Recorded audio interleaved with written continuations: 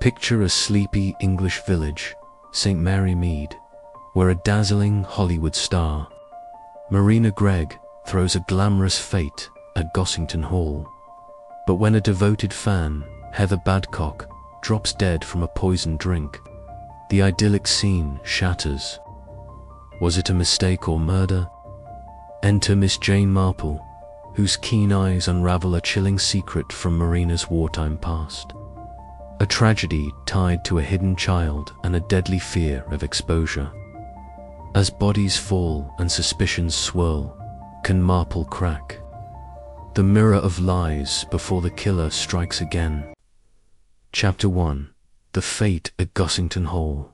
The summer sun bathed St. Mary Mead in a golden haze, and the village hummed with an excitement rare for its sleepy lanes. Gossington Hall, that stately relic of Georgian elegance, had changed hands once more, and its new occupants, a celebrated film star and her director husband, had thrown open its gates for a grand fete.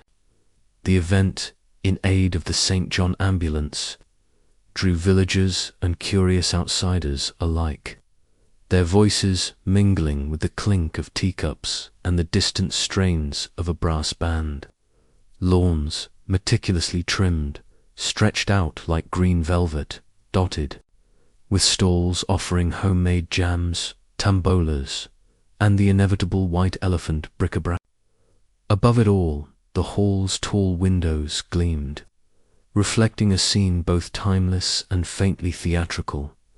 Miss Jane Marple sat in the shade of a striped marquee, a frail figure in a lavender frock, her white hair tucked neatly beneath a straw hat. Her walking stick rested against her chair, a concession to age, though her pale blue eyes missed nothing. She declined a second scone from Mrs. Price, the vicar's wife, with a gentle smile, preferring to observe the crowd. People, she often thought, were like books open to those who knew how to read them. And today there was much to read. At the center of attention stood Marina Gregg, the film star herself, resplendent in a cream silk dress that caught the light like a beacon. Her golden hair was swept into an elegant chignon, and her smile, practiced, yet radiant, dazzled the villagers as she moved among them. Her husband, Jason Rudd, a lean man with a hawkish face and quick, watchful eyes, hovered nearby, directing the flow of guests with the ease of a man accustomed to managing chaos. Marina's charm was effortless. She clasped hands, laughed at small jokes, and posed for photographs with a grace that made each villager feel, for a moment, like a star themselves. Yet Miss Marple, knitting a pale pink shawl in her lap, noted a curious tension in Marina's posture, a slight rigidity in her smile, as if she were playing a role she could not quite inhabit. "Quite the spectacle, isn't it, Jane?" remarked Dolly Bantry, plopping into the chair beside her. Dolly, the former mistress of Gossington Hall, wore a florid hat that clashed gloriously with her tweed skirt. She fanned herself with a program, her eyes bright with gossip. "Marina Gregg in our little village.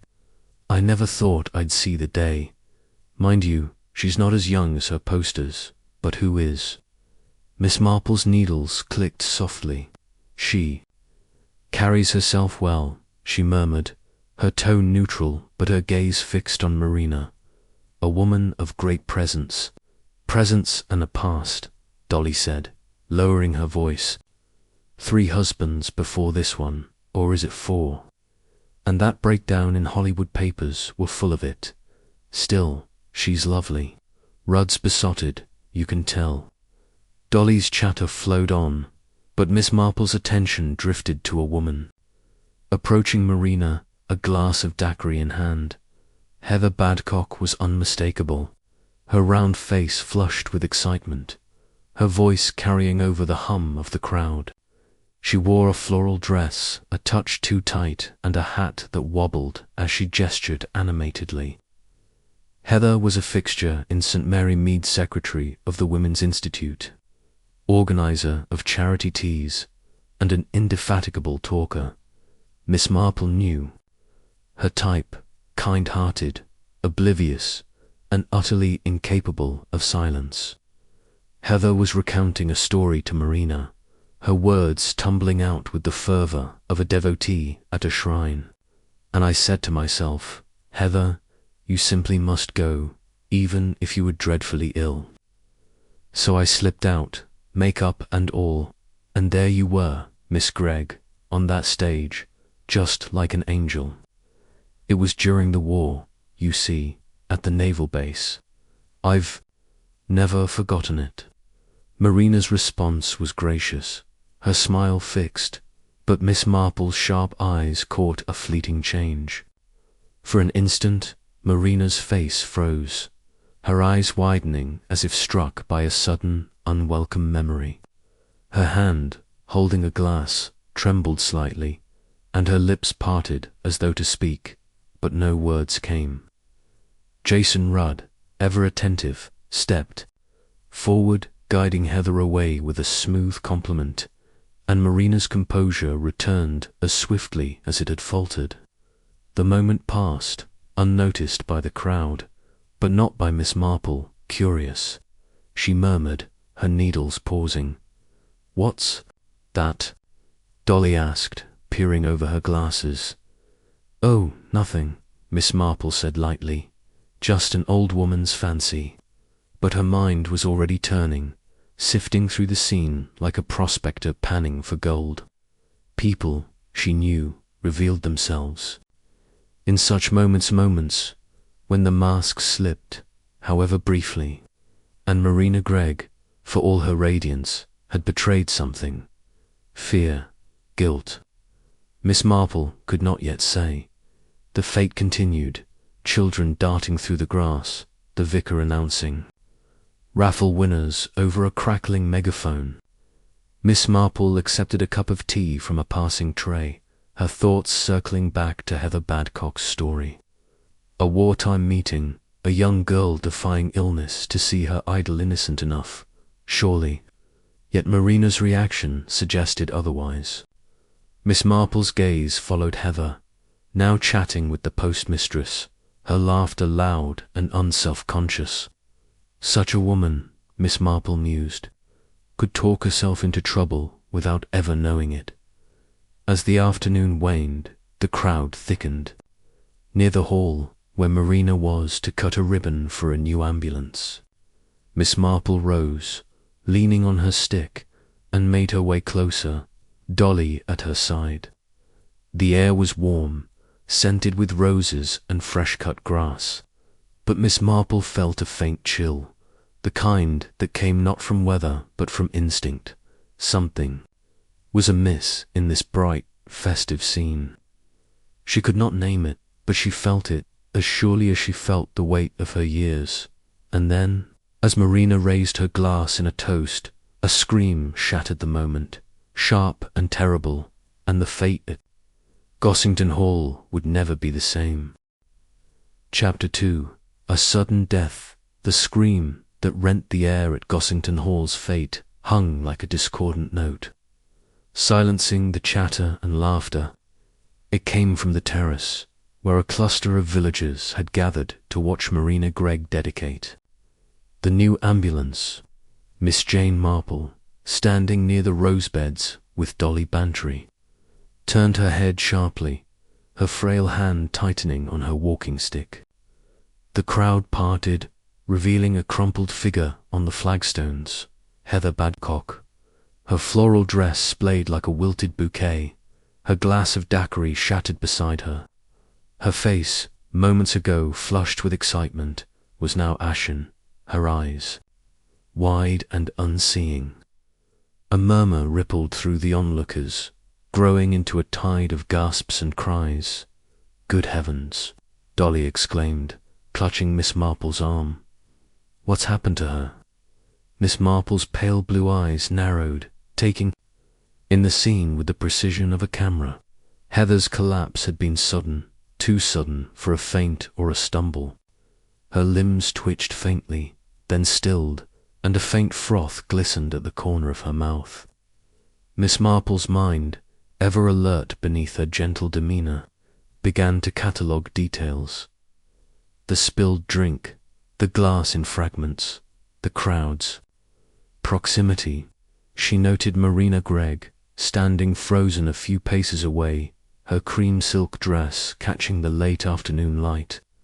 Marina's hand was pressed to her throat, her expression a mask of shock or was it something else? Jason Rudd, her husband, was already moving, his lean frame cutting through the throng to kneel beside Heather. Someone fetched a doctor, he called, his voice sharp but controlled. Quickly, Dr. Haydock, the village physician, pushed forward, his ruddy face grim. He was a stocky man with a nonsense manner, known for his competence and his dislike of fuss. Kneeling beside Heather, he pressed his fingers to her wrist, then her neck, his brow furrowing. The crowd held its breath, children clinging to their mothers, the brass band faltering into silence. Miss Marple watched Dr. Haydock's movements, noting the way his hands hesitated, as if confirming a suspicion he dared not voice. After a moment, he rose, his expression grave. "She's gone," he said quietly, addressing Jason Rudd, but loud enough for those nearest to hear. "I'm afraid there's nothing to be done."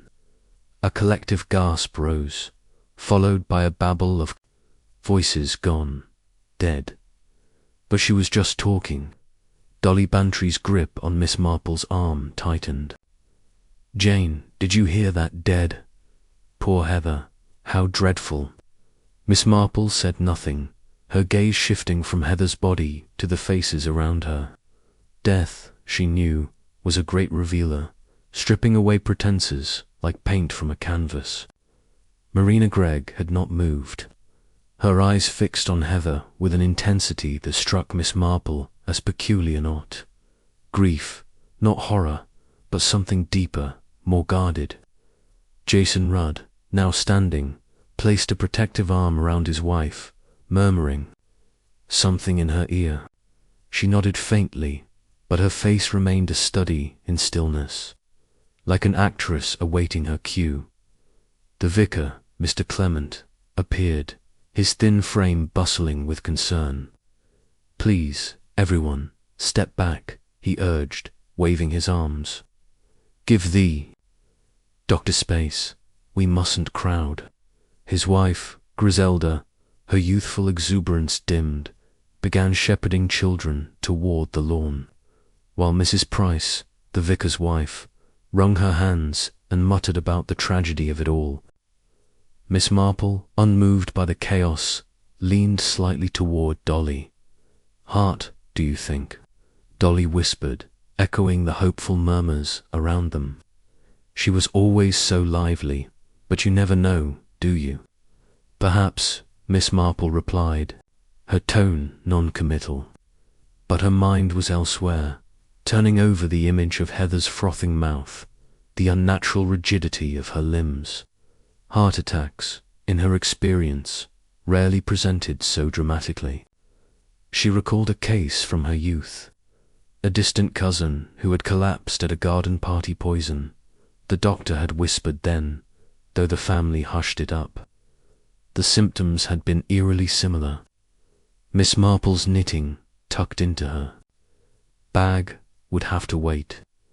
Her fingers itched for a different kind of unraveling. Dr. Haydock, now conferring with Jason Rudd, beckoned a young constable who had been directing traffic at the Fates entrance. "We'll need to secure the area," he said, his voice low, "and notify the proper authorities. This isn't natural." The constable, a lanky lad named Polk, nodded nervously, his helmet wobbling. Miss Marple caught the word unnatural and felt a familiar prickle at the base of her neck. She had no authority here, no official role, but her reputation in St. Mary Mead was its own currency. She stepped forward, her stick tapping the ground, and addressed Dr. Haydock with quiet deference. Dr. Haydock, might I have a word?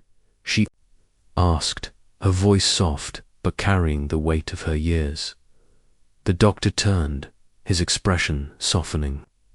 He respected Miss Marple, not for her age, but for her uncanny knack for seeing what others missed. Of course, Miss Marple, though I'm afraid it's a grim business. Indeed, she said, her eyes flicking to Heather's body, now covered with a tablecloth from one of the stalls. I couldn't help overhearing. You suspect something other than a heart attack. Haydock hesitated, glancing at the crowd, then lowered his voice. I can't say for certain until the autopsy, but there are signs convulsions, the froth. It's suggestive of poisoning, though I'd rather not speculate publicly. The police will handle it. Miss Marple nodded, her face betraying no surprise. A terrible thing, she murmured. Poor Mrs. Badcock. She was so full of life only moments ago. Her words were sympathetic, but her mind was racing, piecing together fragments. Heather's animated chatter, her daiquiri, the tray of drinks circulating among the guests. Poison, if it was poison, required opportunity and intent. But who could have wished harm on Heather Badcock, a woman whose chief fault was her inability to stop talking? The crowd was being gently dispersed, the fate's gaiety dissolving like mist. Marina Gregg, escorted by Jason, retreated into the hall, her face pale beneath her makeup. Miss Marple watched her go, recalling that fleeting moment of shock when Heather had spoken to her. There was a thread there, she was certain, a connection she could not yet grasp. Dolly, still at her side, was full of theories, each more fanciful than the last. Perhaps she ate something bad, Dolly suggested, or drank too much, though Heather wasn't the sort, was she? Always organizing, always busy. Oh, Jane. What a shock. Miss Marple smiled faintly. Shocks, my dear Dolly, often reveal more than they conceal. We shall see. She patted Dolly's hand, her thoughts already turning to the practicalities of investigation. The police would come. Questions would be asked, and St. Mary Mead would buzz with speculation. But Miss Marple knew that truth lay not in gossip, but in the quiet details, the ones no one thought to notice. By dusk, the machinery of officialdom had descended upon Gossington Hall. Inspector Dermot Craddock, a young but seasoned detective from Scotland Yard, arrived with a small team, his sharp features and quick movements a contrast to the villagers' leisurely pace. Craddock was no stranger to St. Mary Mead. He had crossed paths with Miss Marple before and knew her reputation. He found her in the drawing-room of the hall, where Dolly Bantry had insisted on taking tea to steady their nerves. Marina Gregg and Jason Rudd were upstairs, attended by their staff. While the body had been removed for examination, Miss Marple Craddock greeted, his tone respectful but tinged with amusement. I might have known you'd be here. Care to share your observations? Miss Marple set down her teacup, her expression demure. I'm only an old woman, Inspector, with too much time to think. But I did see poor Mrs. Badcock collapse. It was very sudden. Dr. Haydock mentioned poisoning, I believe. Craddock's eyes sharpened. He did, though we'll wait for the coroner's report. You knew the deceased. Only as one knows people in a village, Miss Marple replied. Mrs. Badcock was a good soul, always busy with committees and causes. She had a great admiration for Miss Gregg, you know. She was telling her a story just before. Well, before it happened. Craddock jotted a note in his pocketbook. A story about what? Something from years ago, Miss Marple said, her voice soft. During the war, I believe, Mrs. Badcock met Miss Gregg at a naval base. She was quite ill but went to see her perform. She was very proud of it. Craddock nodded, filing the detail away. And Miss Gregg's reaction? Miss Marple hesitated, choosing her words with care. She was gracious, as one would expect. But I thought, though I may be mistaken, she seemed unsettled. Only for a moment. Craddock studied her, recognizing the weight behind her careful phrasing. Unsettled, I see. Well, we'll be speaking to everyone who was near Mrs. Badcock. The drink seems the likely source, if it was poison. The glass is in pieces, but we've collected what we can. Tray of drinks, I suppose? Miss Marple asked, her tone innocent. Exactly, Craddock said. Passed around by a waiter. Anyone could have tampered with it, though how they targeted Mrs. Badcock is another question. She wasn't alone when she took it, was she? No, Miss Marple said. There were several people nearby. Miss Gregg, Mr. Rudd, and others. It was quite crowded. Craddock closed his notebook. You've a sharp eye, Miss Marple. If you notice anything else, you'll let me know. Of course, Inspector, she said, her smile serene. But as Craddock left to interview the hall staff, Miss Marple's thoughts were far from serene. Poison in a drink suggested premeditation, a cold calculation. Heather Badcock, with her endless chatter and harmless enthusiasms, seemed an unlikely target. Yet death had found her, swift and merciless. Miss Marple's mind turned to Marina Gregg, to that frozen moment of recognition. What had Heather said to provoke such a reaction? And why did Marina, a woman accustomed to the spotlight, seem so haunted? The drawing room was quiet now, save for Dolly's occasional sighs. Outside, the Fates' remnants were being cleared, the stalls dismantled, the laughter replaced by whispers. Miss Marple sipped her tea, her eyes distant. People, she reflected, were like mirrors, reflecting what they wished others to see. But mirrors could crack, revealing truths hidden beneath. And in St. Mary Mead, beneath the surface of this bright summer day, something dark had stirred. She thought of Heather's story, of a young girl defying illness to meet her idol. An innocent memory, surely. Yet innocence, Miss Marple knew, could be a dangerous thing. She resolved to speak to Arthur Badcock, Heather's husband, to learn more of his wife's past. And she would watch Marina Gregg, whose radiance seemed to conceal a shadow. The truth, she was certain, lay in the spaces between what was said and what was not. As the sun dipped below the horizon, casting long shadows across Gossington Hall, Miss Marple felt the familiar thrill of a puzzle taking shape. Death had come to St. Mary Mead, and with it a mystery. She would unravel it, as she always did, with patience, observation, and an unshakable faith in the frailties of human nature. Chapter 3. The film star's shadow. The morning after the fete at Gossington Hall dawned grey and heavy, as if the sky itself mourned the tragedy that had shattered St. Mary Mead's festive mood. The village, usually a tapestry of quiet routines, milk bottles clinking on doorsteps. The postman's whistle was subdued, its chatter replaced by hushed speculation. Heather Badcock's sudden death had cast a pall, and the word poison, whispered in the butcher's queue and the tea room, hung like a storm cloud.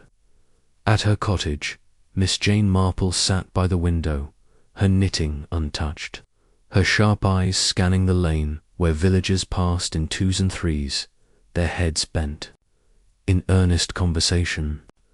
She had slept little, her mind turning over the events of the previous day, Heather's collapse, the froth at her lips, and, most vividly, Marina Gregg's fleeting expression of shock when Heather spoke of their wartime encounter.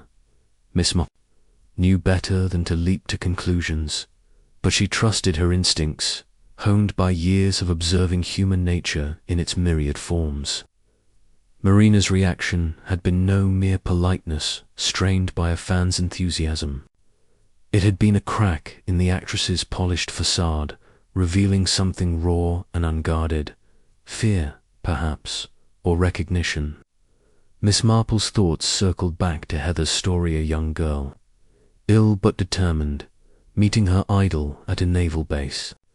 Innocuous on its face, yet it had struck a nerve. Why?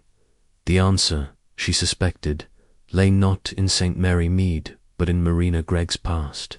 A past as glamorous and turbulent as her films. Inspector Dermot Craddock, meanwhile, had established a temporary headquarters in Gossington Hall's library, a grand room lined with leather-bound volumes that had seen little use under its new owners. Craddock was a man of method, his sharp features and quick movements betraying an energy that belied his courteous demeanour. He had dealt with Miss Marple before and valued her insights, though he sometimes found her cryptic musings exasperating. This morning, he was focused on the practicalities of the case. The coroner's preliminary report confirmed Dr. Haydock's suspicion. Heather Badcock had died of a massive dose of a barbiturate, likely administered in her daiquiri. The poison was fast-acting, meaning it had been slipped into her drink moments before her collapse. The shattered glass had yielded traces of the substance, but the tray from which it came, carried by a waiter through the crowded terrace, offered no clear answers. Anyone, it seemed, could have tampered with it. Craddock's first task was to interview the hall's occupants. Starting with Marina Gregg and Jason Rudd, he found them in the drawing room, a space of faded elegance now adorned with modern touches, a sleek bar, a framed poster of Marina's latest film. Marina sat by a tall window, her golden hair catching the dim light, her face pale beneath a careful layer of makeup. She wore a silk robe, its soft green hue accentuating her ethereal beauty, but her hands twisted nervously in her lap. Jason, perched on the arm of her chair, was all attentive solicitude, his hawkish features softened by concern. Craddock, noting their dynamic, sensed a marriage built on mutual dependence, though whether it was love or necessity, he could not yet say. Miss Gregg. Mr. Rudd, Craddock began, his tone formal but not unkind. I'm sorry to intrude at such a time, but I need to ask about yesterday. Mrs. Badcock's death was no accident. We're treating it as murder. Marina's eyes widened, and she pressed a hand to her chest.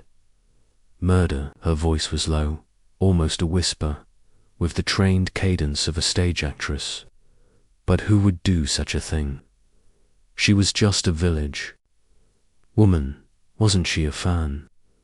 That's what we're trying to establish, Craddock said, his notebook open. You spoke to Mrs. Badcock shortly before she collapsed. Can you tell me what she said? Marina hesitated, glancing at Jason, who nodded encouragingly. It was nothing, really, she said.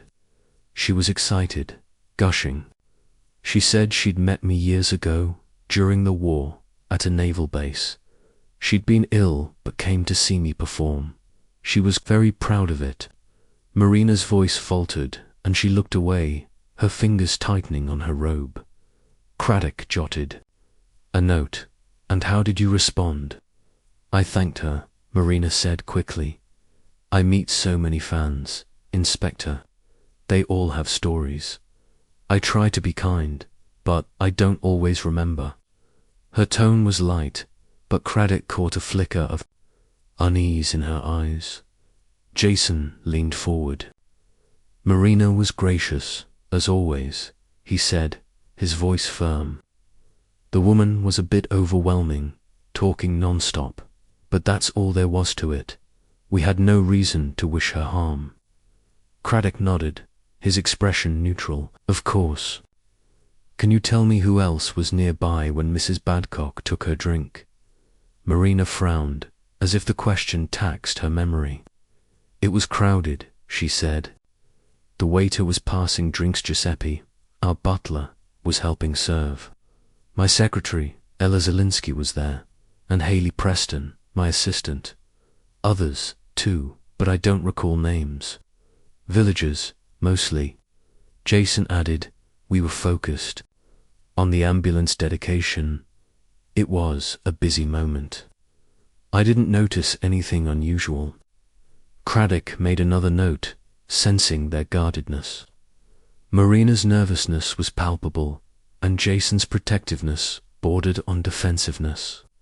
He thanked them and moved on to the staff, starting with Ella Zielinski, a brisk, dark-haired woman with a nonsense air.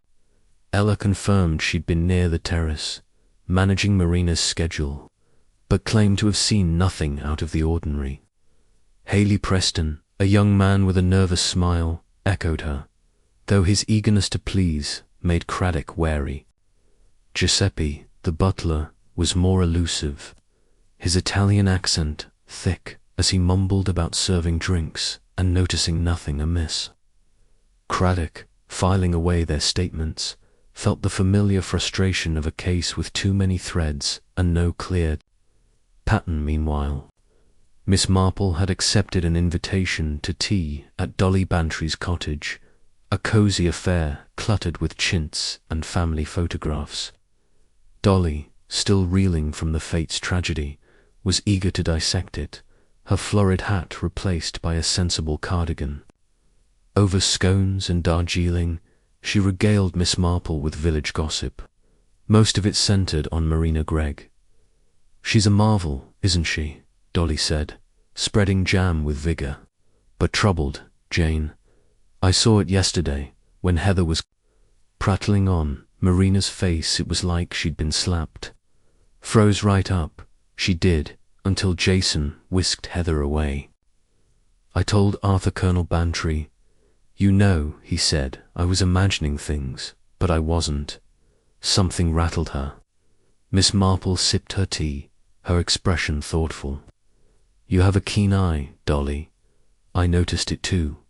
A moment of disquiet, shall we say. What do you know of Miss Gregg's past? Dolly's eyes gleamed. Oh, plenty. She's had a life, that one. 4 husbands, or is it 5? Scandals in Hollywood affairs. Breakdowns, the lot. There was a child, too, born years ago. But something went wrong. Deformed, they say, or worse. She never speaks of it, and the papers don't either. Not anymore. Jason's her anchor now, but even he can't keep her steady all the time. She's fragile, Jane, like porcelain. Miss Marple nodded, filing away the details. A child, hidden from the world, and a mother's silence. It was a piece of the puzzle, though where it fit, she could not yet say. And Mr. Rudd, she prompted. Devoted, Dolly said. But sharp too. He directs her films, manages her life. Some say he's more nursemaid than husband, but he loves her. You can see it in his eyes. Mind you, that household's a circus secretaries, assistants, that shifty butler, all circling Marina like moths round a flame. Miss Marple's thoughts drifted to Marina's staff, each with access to the tray of drinks, each with their own motives, perhaps. She thanked Dolly and made her way home, her stick tapping the cobbled path. The village was quiet now, the greyness of the day settling into dusk. At her cottage, she found a note from Inspector Craddock, requesting a visit. He arrived shortly after, his face weary but alert. Miss Marple, he greeted, settling into her chintz armchair. I've spoken to the Hall's residents, but I'm no closer to answers. The poison was in Mrs. Badcock's drink, no question, but how it got there is a mystery. The tray was passed freely, and no one saw anything suspicious. Your thoughts? Miss Marple folded her hands in her lap, her eyes bright. It is puzzling, Inspector. Mrs. Badcock was a harmless woman, yet someone wished her dead. Or, she paused, her voice soft. Perhaps she was not the intended victim. Craddock's brow rose. Not the intended victim. You think it was a mistake? It's possible, Miss Marple said. In a crowd, with drinks circulating, errors can occur. The tray was near Miss Gregg, was it not? And she was the focus of attention. A poison meant for her could have found its way to Mrs. Badcock. Craddock leaned forward, intrigued. You're suggesting someone tried to kill Marina Gregg? I suggest nothing, Inspector, Miss Marple said with a faint smile. I only observe that Miss Gregg is a woman with a past, and pasts can breed enemies. Her reaction to Mrs. Badcock's story was marked. I wonder what it stirred in her. Craddock jotted a note. You mentioned that yesterday.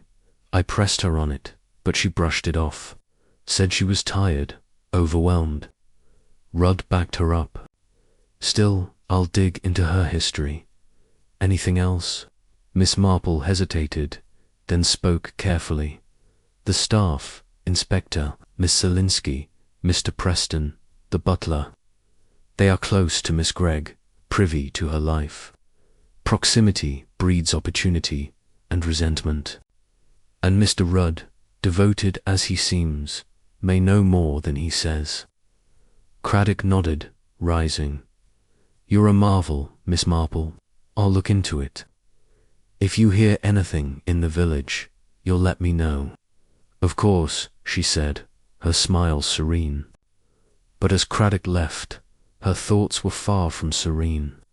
Marina Gregg's past was a shadow, and shadows could hide many things, secrets, regrets, even motives for murder. Miss Marple recalled Dolly's mention of a child, a tragedy buried deep. Could Heather's story, innocently told, have unearthed something Marina wished to keep hidden? And if so, who else knew of it? She rose, moving to her writing desk, where she kept a small notebook for such occasions. In her neat, spidery hand, she jotted down names: Marina Gregg, Jason Rudd, Ella Zielinski, Haley Preston, Giuseppe. Beside Marina's, she wrote wartime meeting, child. Beside Heather's, rubella. The word came unbidden, a memory from her nursing days.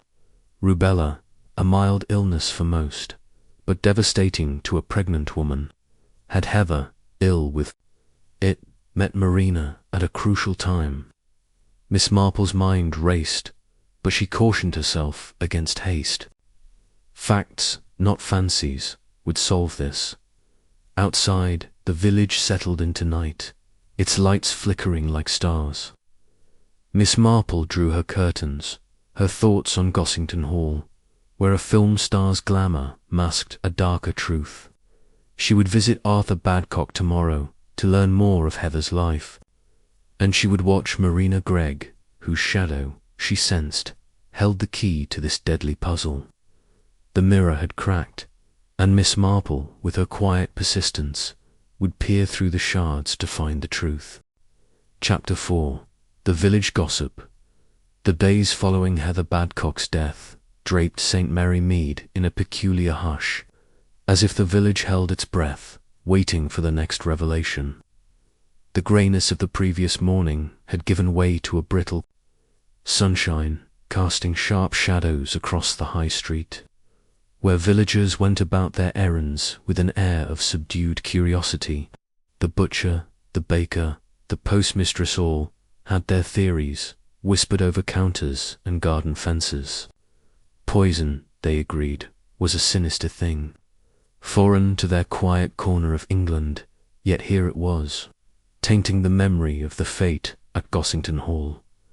Miss Jane Marple, seated in her small, rose-scented parlour, listened to the distant chime of the church clock, her knitting idle in her lap. Her mind, however, was far from idle, turning over the fragments of the puzzle: Heather's collapse, Marina Gregg's frozen expression, and the lethal daiquiri that had ended a life. Miss Marple knew the value of village gossip, not for its accuracy, but for its texture.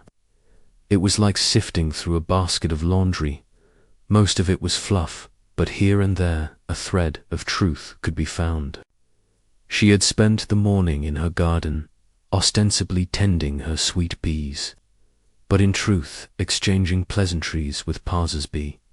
Mrs. Jameson, the postmistress, had mentioned Heather's tireless work for the Women's Institute, while Mr. Giles, the greengrocer, grumbled about her habit of monopolizing conversations. Never knew when to stop. That one, he'd said, shaking his head. But who'd kill her for it? Miss Marple had smiled and nodded, filing away the sentiment. Heather, it seemed, had been a woman of boundless energy and little tact. A combination that could irritate but hardly seemed motive for murder. Her thoughts returned to Marina Gregg, whose radiance at the fete had been marred by that fleeting moment of disquiet. Miss Marple was certain it held significance, a clue to the shadow that had fallen over Gossington Hall. She resolved to learn more of Heather's life, to trace the connection that had so unsettled the film star. To that end, she donned her best hatter, neat straw affair with a velvet ribbon and set out for the Badcock residence, a modest semi-detached house on the edge of the village. The walk was short, her stick tapping rhythmically, and she noted the curious glances of neighbours, their whispers trailing her like a faint breeze. Arthur Badcock answered the door, a stooped man in his late 40s, his face etched with grief. His tweed jacket hung loosely, as if he'd shrunk within it, and his eyes, red-rimmed, met Miss Marple's with a weary politeness. "Miss Marple," he said, stepping aside, "please, come in. It's kind of you to call." The sitting room was tidy but cheerless, its floral curtains drawn against the sun. A photograph of Heather, beaming in a Women's Institute sash, stood on the mantel, a stark reminder of her absence. Arthur gestured to a worn armchair, and Miss Marple sat, her expression one of gentle sympathy. "I won't intrude long, Mr. Badcock," she said. "I only wished to offer my condolences. Heather was such a vital presence in the village." Arthur nodded, sinking into a chair opposite. "She was that," he said, his voice low. "Always doing something, committees, teas, you name it, never still. I keep expecting her to come through that door, talking a mile a minute." He paused, rubbing his hands together.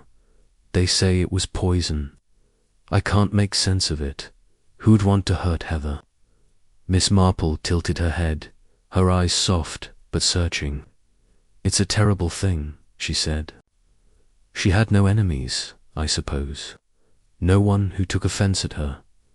Enthusiasm, Arthur shook his head. "Not that I know.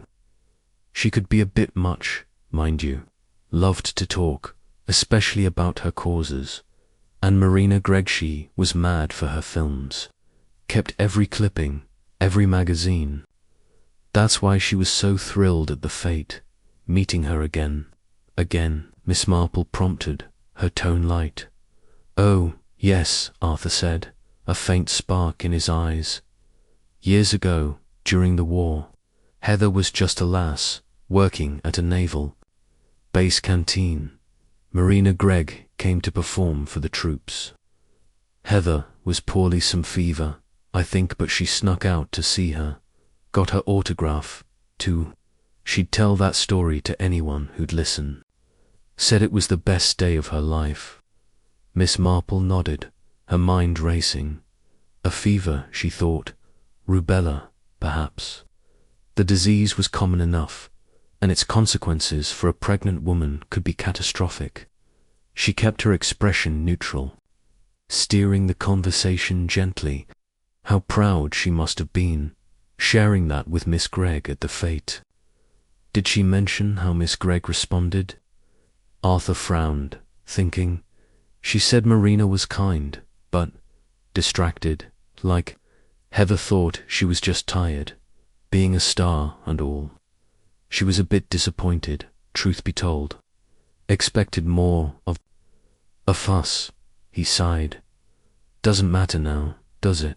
No, Miss Marple said softly, but it's good to remember her joys. She rose, thanking Arthur for his time, and left him to his solitude. As she walked back through the village, her thoughts churned. Heather's story, so innocently recounted, had struck a nerve with Marina. If Heather had been ill with rubella, and Marina pregnant at the time, the implications were grave.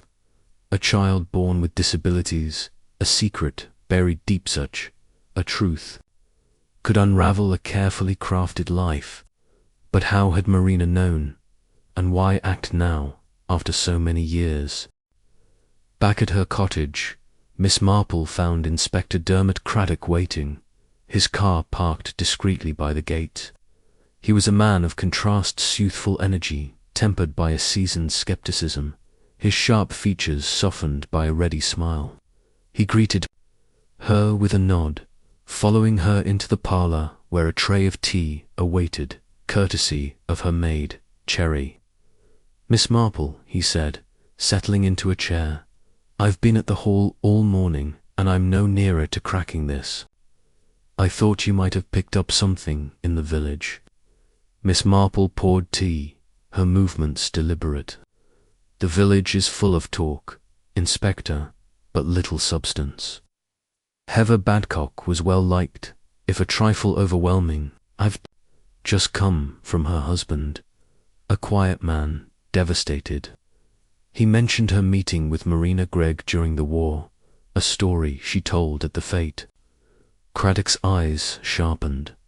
Yes, you spoke of that. I've asked Miss Gregg about it, but she claims it was just another fan's tale, hardly memorable. Her husband says the same. Still, I'm digging into her past. She's had a colourful life, marriages, scandals, a breakdown or two. There's talk of a child, but no details. Hollywood's good at burying secrets. Miss Marple nodded, passing him a cup. Secrets have a way of resurfacing, Inspector. I wonder if Mrs. Bad's story reminded Miss Gregg of something she'd rather forget. Her reaction, as I saw it, was not indifference. It was alarm. Craddock jotted a note. Alarm. That's the second time you've said that. I'll press her again, though she's fragile. Rudd's like a guard dog, hovering over her. What else have you heard? Miss Marple hesitated, choosing her words. Only impressions, I'm afraid. Heather's enthusiasm could be grating, but I find it hard to believe anyone would kill her for it. The poison, you say, was in her drink. A crowded terrace, a tray of glass as such. A setting invites mistakes. Have you considered that the poison might have been meant for someone else? Craddock leaned forward, intrigued. You're still on that tack? Marina Gregg, you mean? It's possible, but there's no evidence anyone wanted her dead. She mentioned a threatening letter a few weeks back, but it was vague, probably a crank. Still, I'm checking it out. The staff's, another Mattarella Zelensky's, efficient but cold, Haley Preston's, jumpy, and that butler, Giuseppe, gives me the creeps, slippery as an eel. Miss Marple's eyes twinkled. People often are, Inspector, when they have something to hide. Miss Zelinsky and Mr. Preston are close to Miss Gregg, privy to her moods. And Giuseppe, as a butler, sees more than most. Servants, you know, are like wallpaper, always there, rarely noticed. I should like to know more about them. Craddock grinned. You're a wonder, Miss Marple. I'll have my men dig deeper. Anything from the village I should know. Only that Heather was devoted to Marina Gregg, Miss Marple said. She kept scrapbooks, clippings, everything. If there's a connection, it may lie in what Heather knew or thought she knew about Miss Gregg's past. I suggest you speak to her friends at the Women's Institute. They may recall something she said, some detail she let slip. Craddock rose, pocketing his notebook. I'll do that, and I'll keep you posted. If you hear any more gossip, you'll pass it on. Of course, Miss Marple said, her smile serene. But as Craddock left, her thoughts were anything but calm.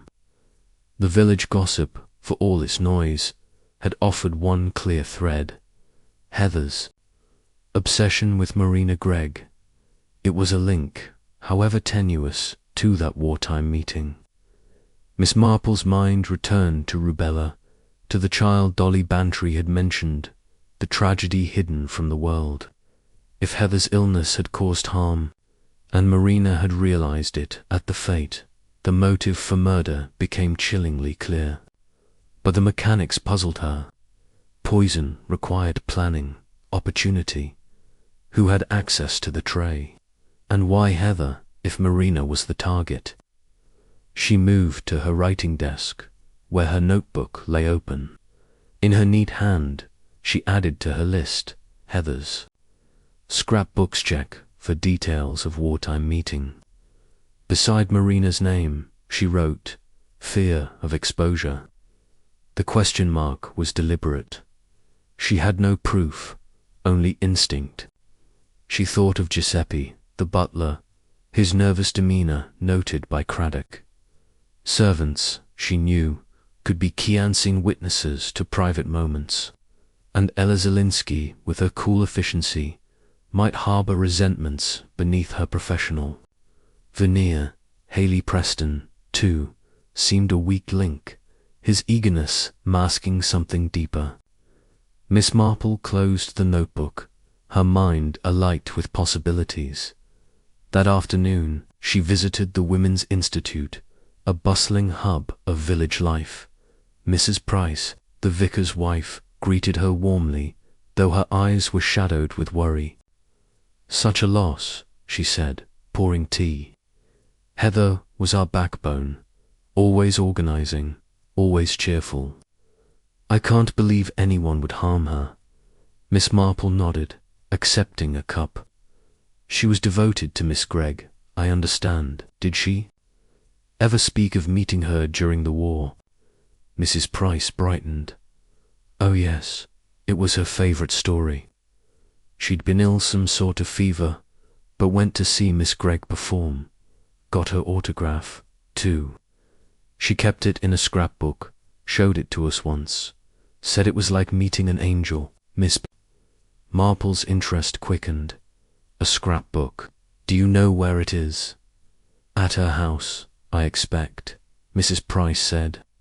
She had dozens, full of clippings about Miss Gregg. Heather was her biggest fan. Miss Marple thanked her and left her. Thoughts on the scrapbook. It might hold nothing, or it might hold everything. She resolved to ask Craddock to examine it, to look for any mention of that wartime encounter. As she walked home, the village settling into evening, she felt the puzzle taking shape. Heather Badcock, with her boundless admiration, had stumbled into a secret one Marina Gregg would kill to protect. But the how and the who remained elusive, hidden in the shadows of Gossington Hall. Miss Marple drew her shawl closer, her eyes scanning the quiet lanes.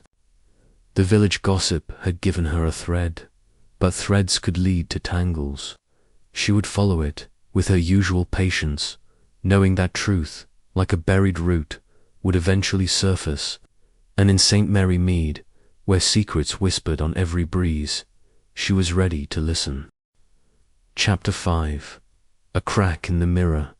The air in St. Mary Mead carried a crisp edge as the week wore on, the brittle sunshine giving way to a restless wind that stirred the leaves along the high street. The village, still reeling from Heather Bad death, had settled into a wary rhythm. its inhabitants exchanging guarded glances over garden gates and shop counters.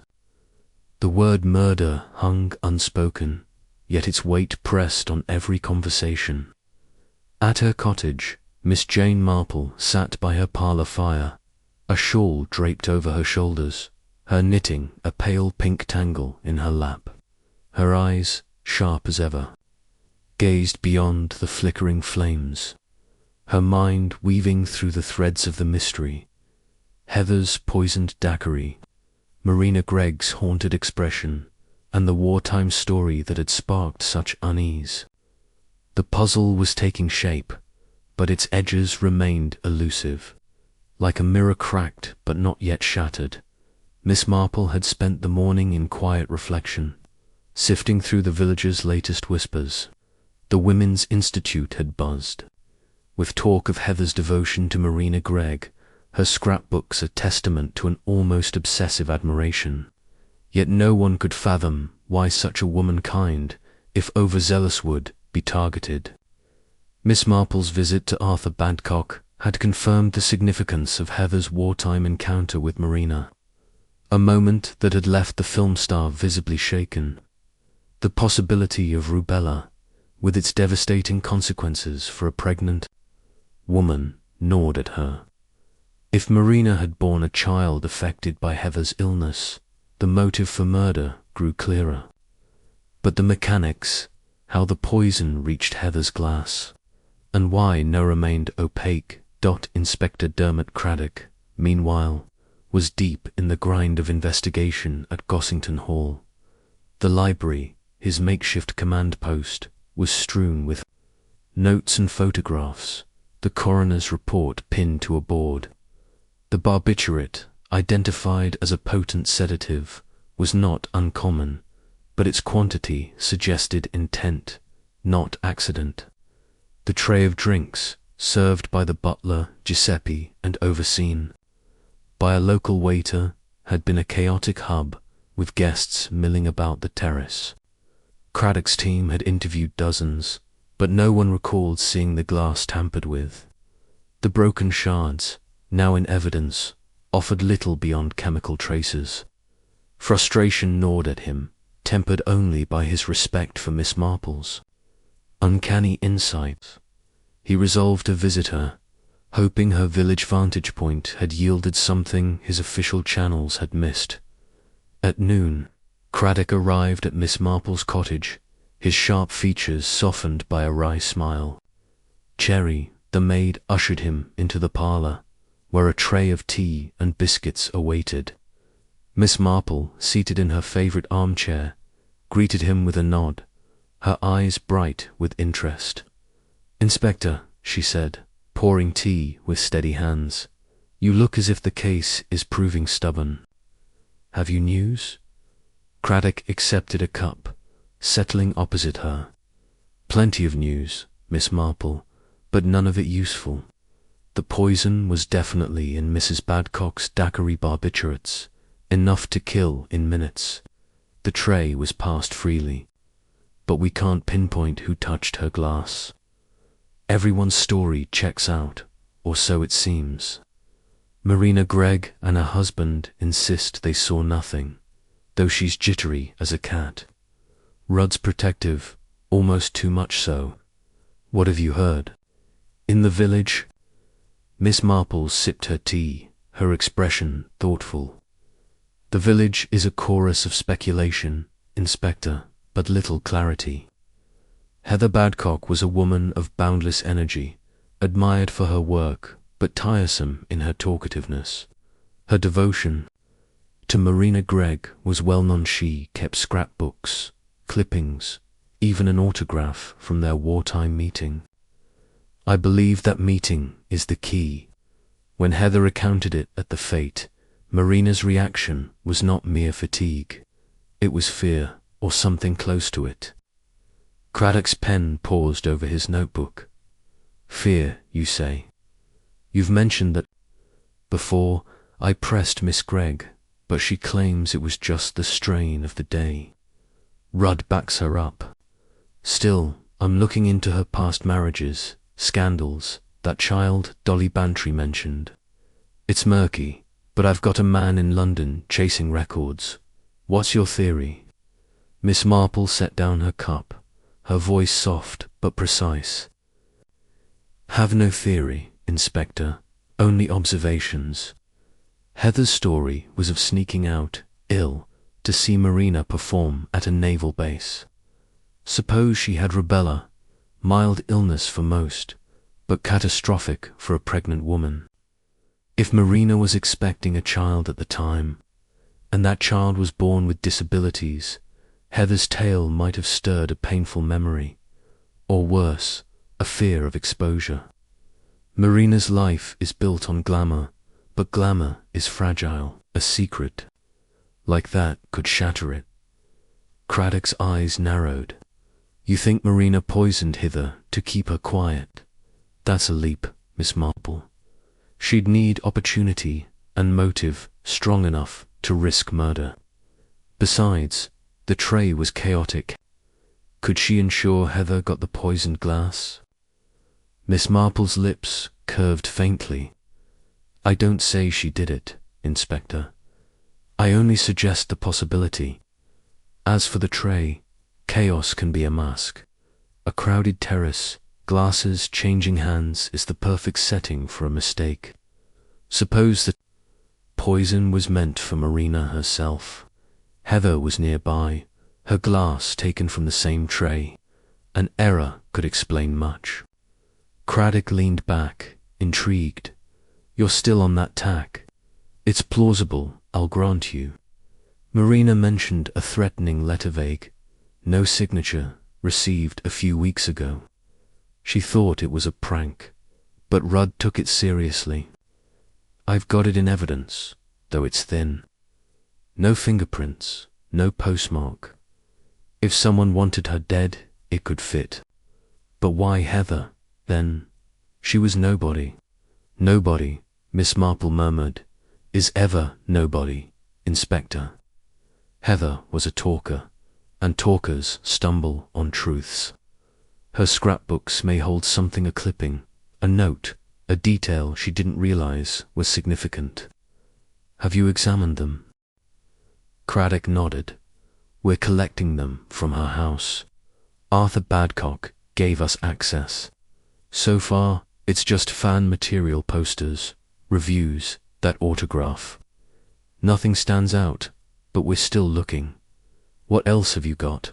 Miss Marple hesitated, her fingers brushing her shawl. The household, Inspector. Marina's Staffola, Zielinski, Haley Preston, Giuseppe. They are the unseen gears of that world. Miss Zielinski strikes me as ambitious, perhaps resentful of her role. Mr. Preston is nervous, eager to please, which can hide deeper motives, and Giuseppe, as a butler, sees everything. Servants, you know, are privy to secrets others miss. I wonder what they've observed. Craddock jotted a note, his expression wry. You're painting a dark picture of Gossington Hall. I've interviewed them all, and they're tight-lipped. Zielinski's professional, Preston's jumpy, and Giuseppe's evasive keeps muttering about the drinks tray and how busy he was. I'm having their backgrounds checked. Anything from the village? Miss Marple tilted her head. Only echoes, I'm afraid. Heather's friends at the Women's Institute recall her pride in that wartime meeting, but nothing more. The village sees her as a victim, not a target. Yet I can't shake the feeling that her death was no accident, even if she wasn't the intended one. Marina's fear suggests a threat closer to home. Have you noticed her behavior since the fete? Frowned. She's erratic, tearful one moment, calm the next. Rudd says it's her nerves, that she's had breakdowns before. Yesterday, she locked herself in her room, wouldn't see anyone. He's worried she'd crack under the strain. I'm starting to wonder if she knows more than she's letting on. Miss Marple's eyes gleamed.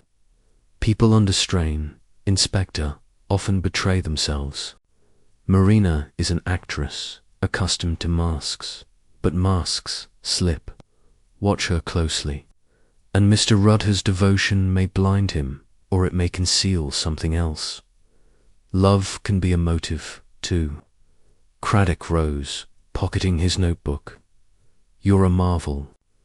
Miss Marple, I'll check the scrapbooks, dig into the staff, and keep an eye on Marina.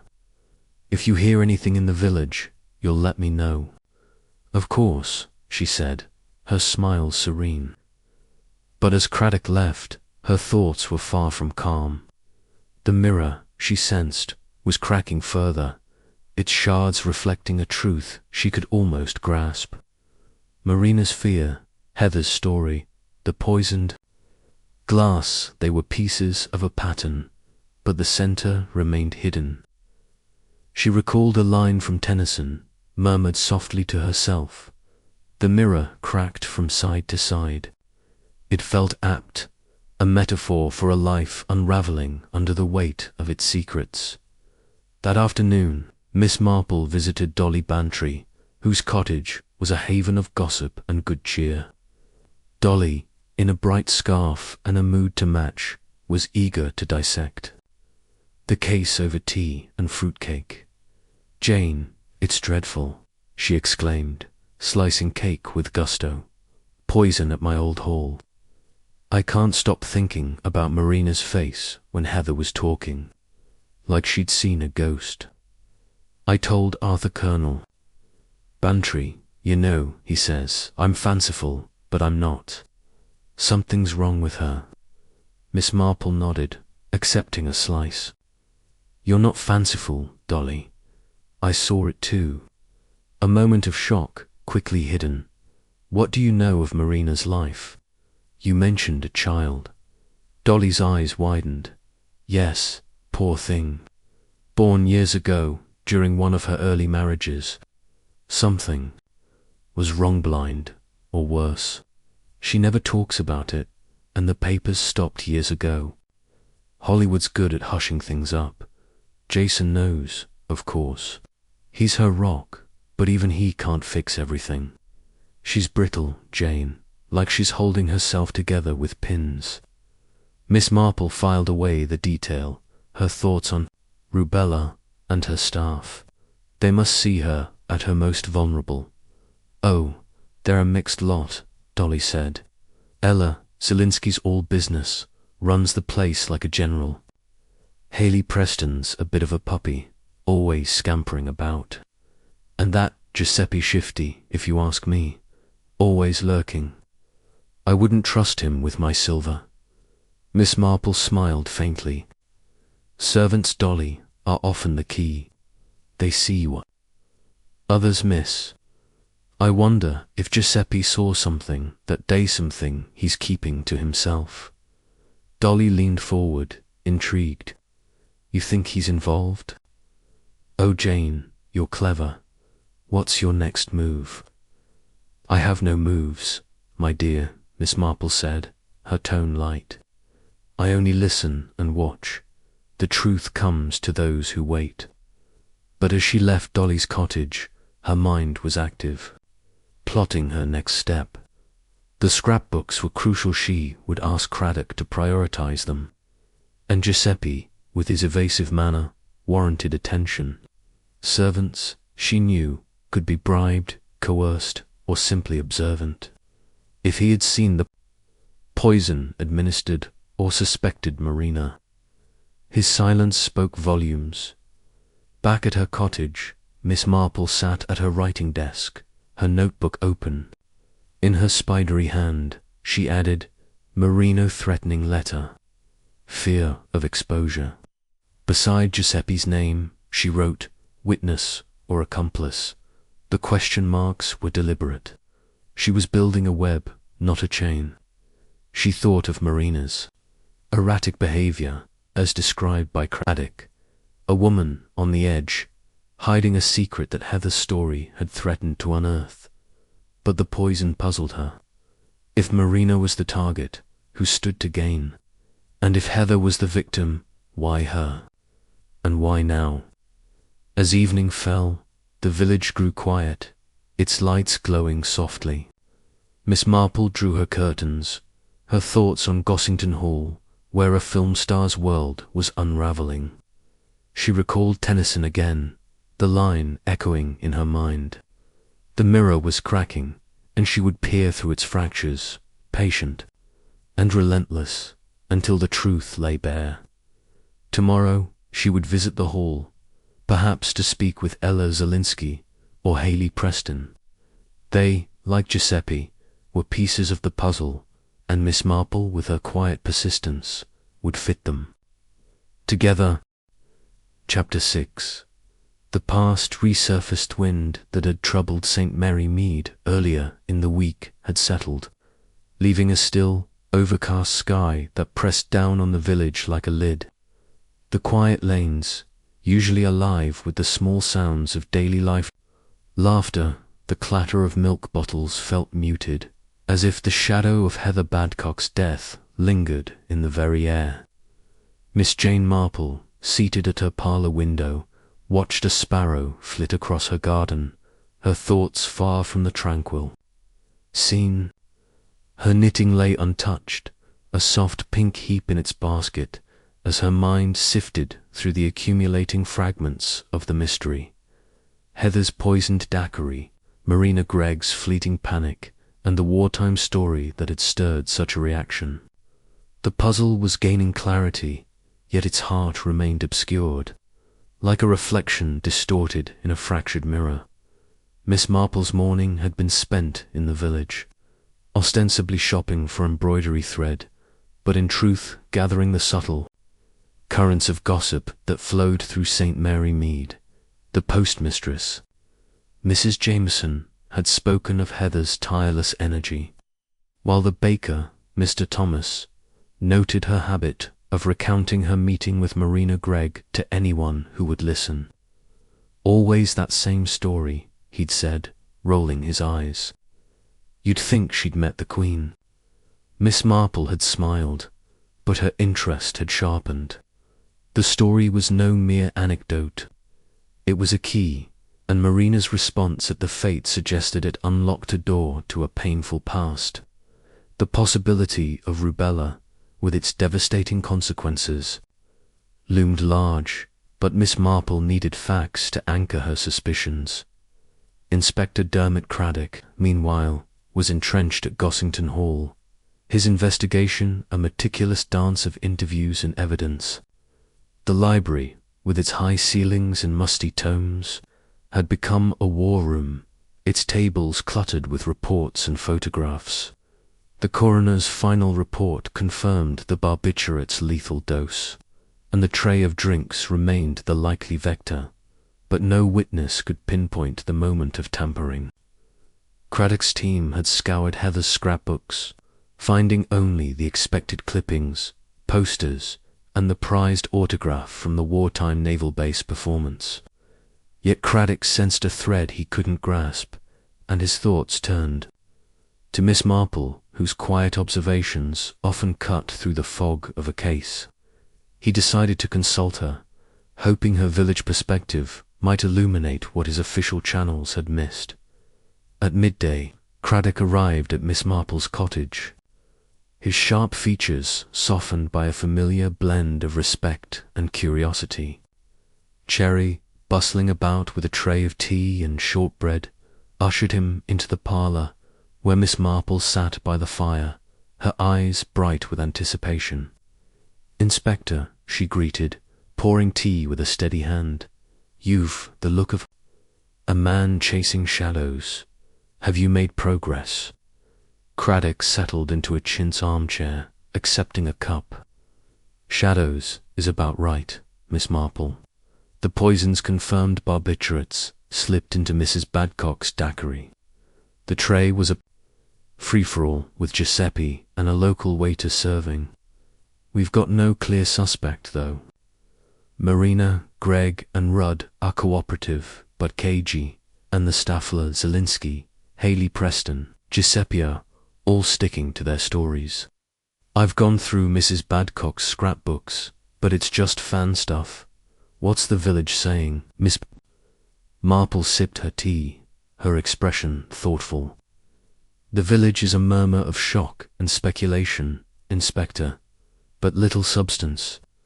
Heather was a woman of enthusiasm, her devotion to Marina Gregg almost a religion. Her wartime story sneaking out, ill to see Marina perform as well known, repeated to anyone who'd listen. I believe it's the crux of this matter. When she told it at the fete, Marina's reaction was unmistakable. Not annoyance, but something deeper dread, perhaps. I've been wondering about that illness. Could it have been rubella? Craddock's pen paused over his notebook. Rubella. You mentioned that before. It's a stretch, but I see where you're going. If Marina was pregnant then, and Heather's illness caused harm, it could explain her reaction. But murder, that's a long way from a memory. Miss Marple's lips curved faintly. Not so long, Inspector. If the memory threatens a carefully built life, Marina's world is one of illusion, glamour, adulation. A secret, especially one tied to a child, could unravel it. I don't say she acted, only that the possibility exists. Have you learned more of her past? Craddock nodded, flipping a page in his notebook. I've got a man in London digging. Marina's had a turbulent life, multiple marriages, a breakdown in the late 40s, and yes, a child. Born around 1943, during her second marriage. The records are vague, but there's mention of institutional care. She's never spoken of it publicly, and Rudd clams up when I ask. I'm waiting for more details, but it's slow going. Hollywood buries its secrets deep. Miss Marple set down her cup, her eyes distant. A child, hidden away. And Heather's story, stirring that memory. Suppose, Inspector, that Heather's illness was rubella, and Marina's child was born. With its consequences, blindness, perhaps, or worse. If Marina realized this, at the fete, her fear might not have been of Heather's words, but of what they implied. Exposure, scandal, or even guilt. Craddock leaned forward, intrigued. Guilt. You think Marina's hiding something more than a tragedy? People hide many things, Inspector, Miss Marple said softly. Guilt wears many faces, red, shame, even rage. Marina is an actress, skilled at concealment, but her reaction betrayed her. I suggest you press her on that wartime period, and Mr. Rudhey may know more than he admits. Devotion can blind, or it can shield. Craddock jotted a note, his expression wry. You're building a dark picture, Miss Marple. I'll follow up with Marina, though she's practically barricading her. What about the staff? You've mentioned them before. Miss Marple folded her hands in her lap. They are the unseen threads, Inspector. Ella Zielinski, with her efficiency, may resent her role as Marina's shadow. Haley Preston's nervousness could hide loyalty or fear.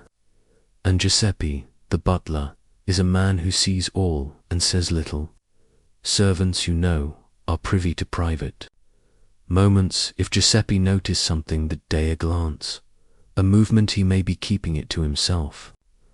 I'd be curious to know his thoughts. Craddock grinned. You're a step ahead, as usual. I've got backgrounds on them all. Zielinski's clean, worked for actresses before. Preston's a bit of a drifter, but no record. Giuseppe's, the odd one, came with them from Italy, vague about his past. I'm having him watched. Anything else from the village? Miss Marple tilted her head. Only echoes, I'm afraid. Heather's friends recall her pride in that autograph, but nothing new. The scrapbooks are your best hope. Look for any mention of that naval base, any detail Heather might have recorded, and watch Marina's household. Tension, Inspector, reveals much. If someone there feels threatened, they may act again. Craddock rose, pocketing his notebook. "I'll check the scrapbooks again and lean on the staff. You're a marvel, Miss Marple. If you hear anything, you'll pass it on." "Of course," she said, her smile serene. But as Craddock left, her thoughts were anything but calm. The mirror, as Tennyson's line suggested, was cracking further, its shards glinting with possibility. Marina's past, Heather's story. The poisoned glass, they were converging, but the motive remained elusive.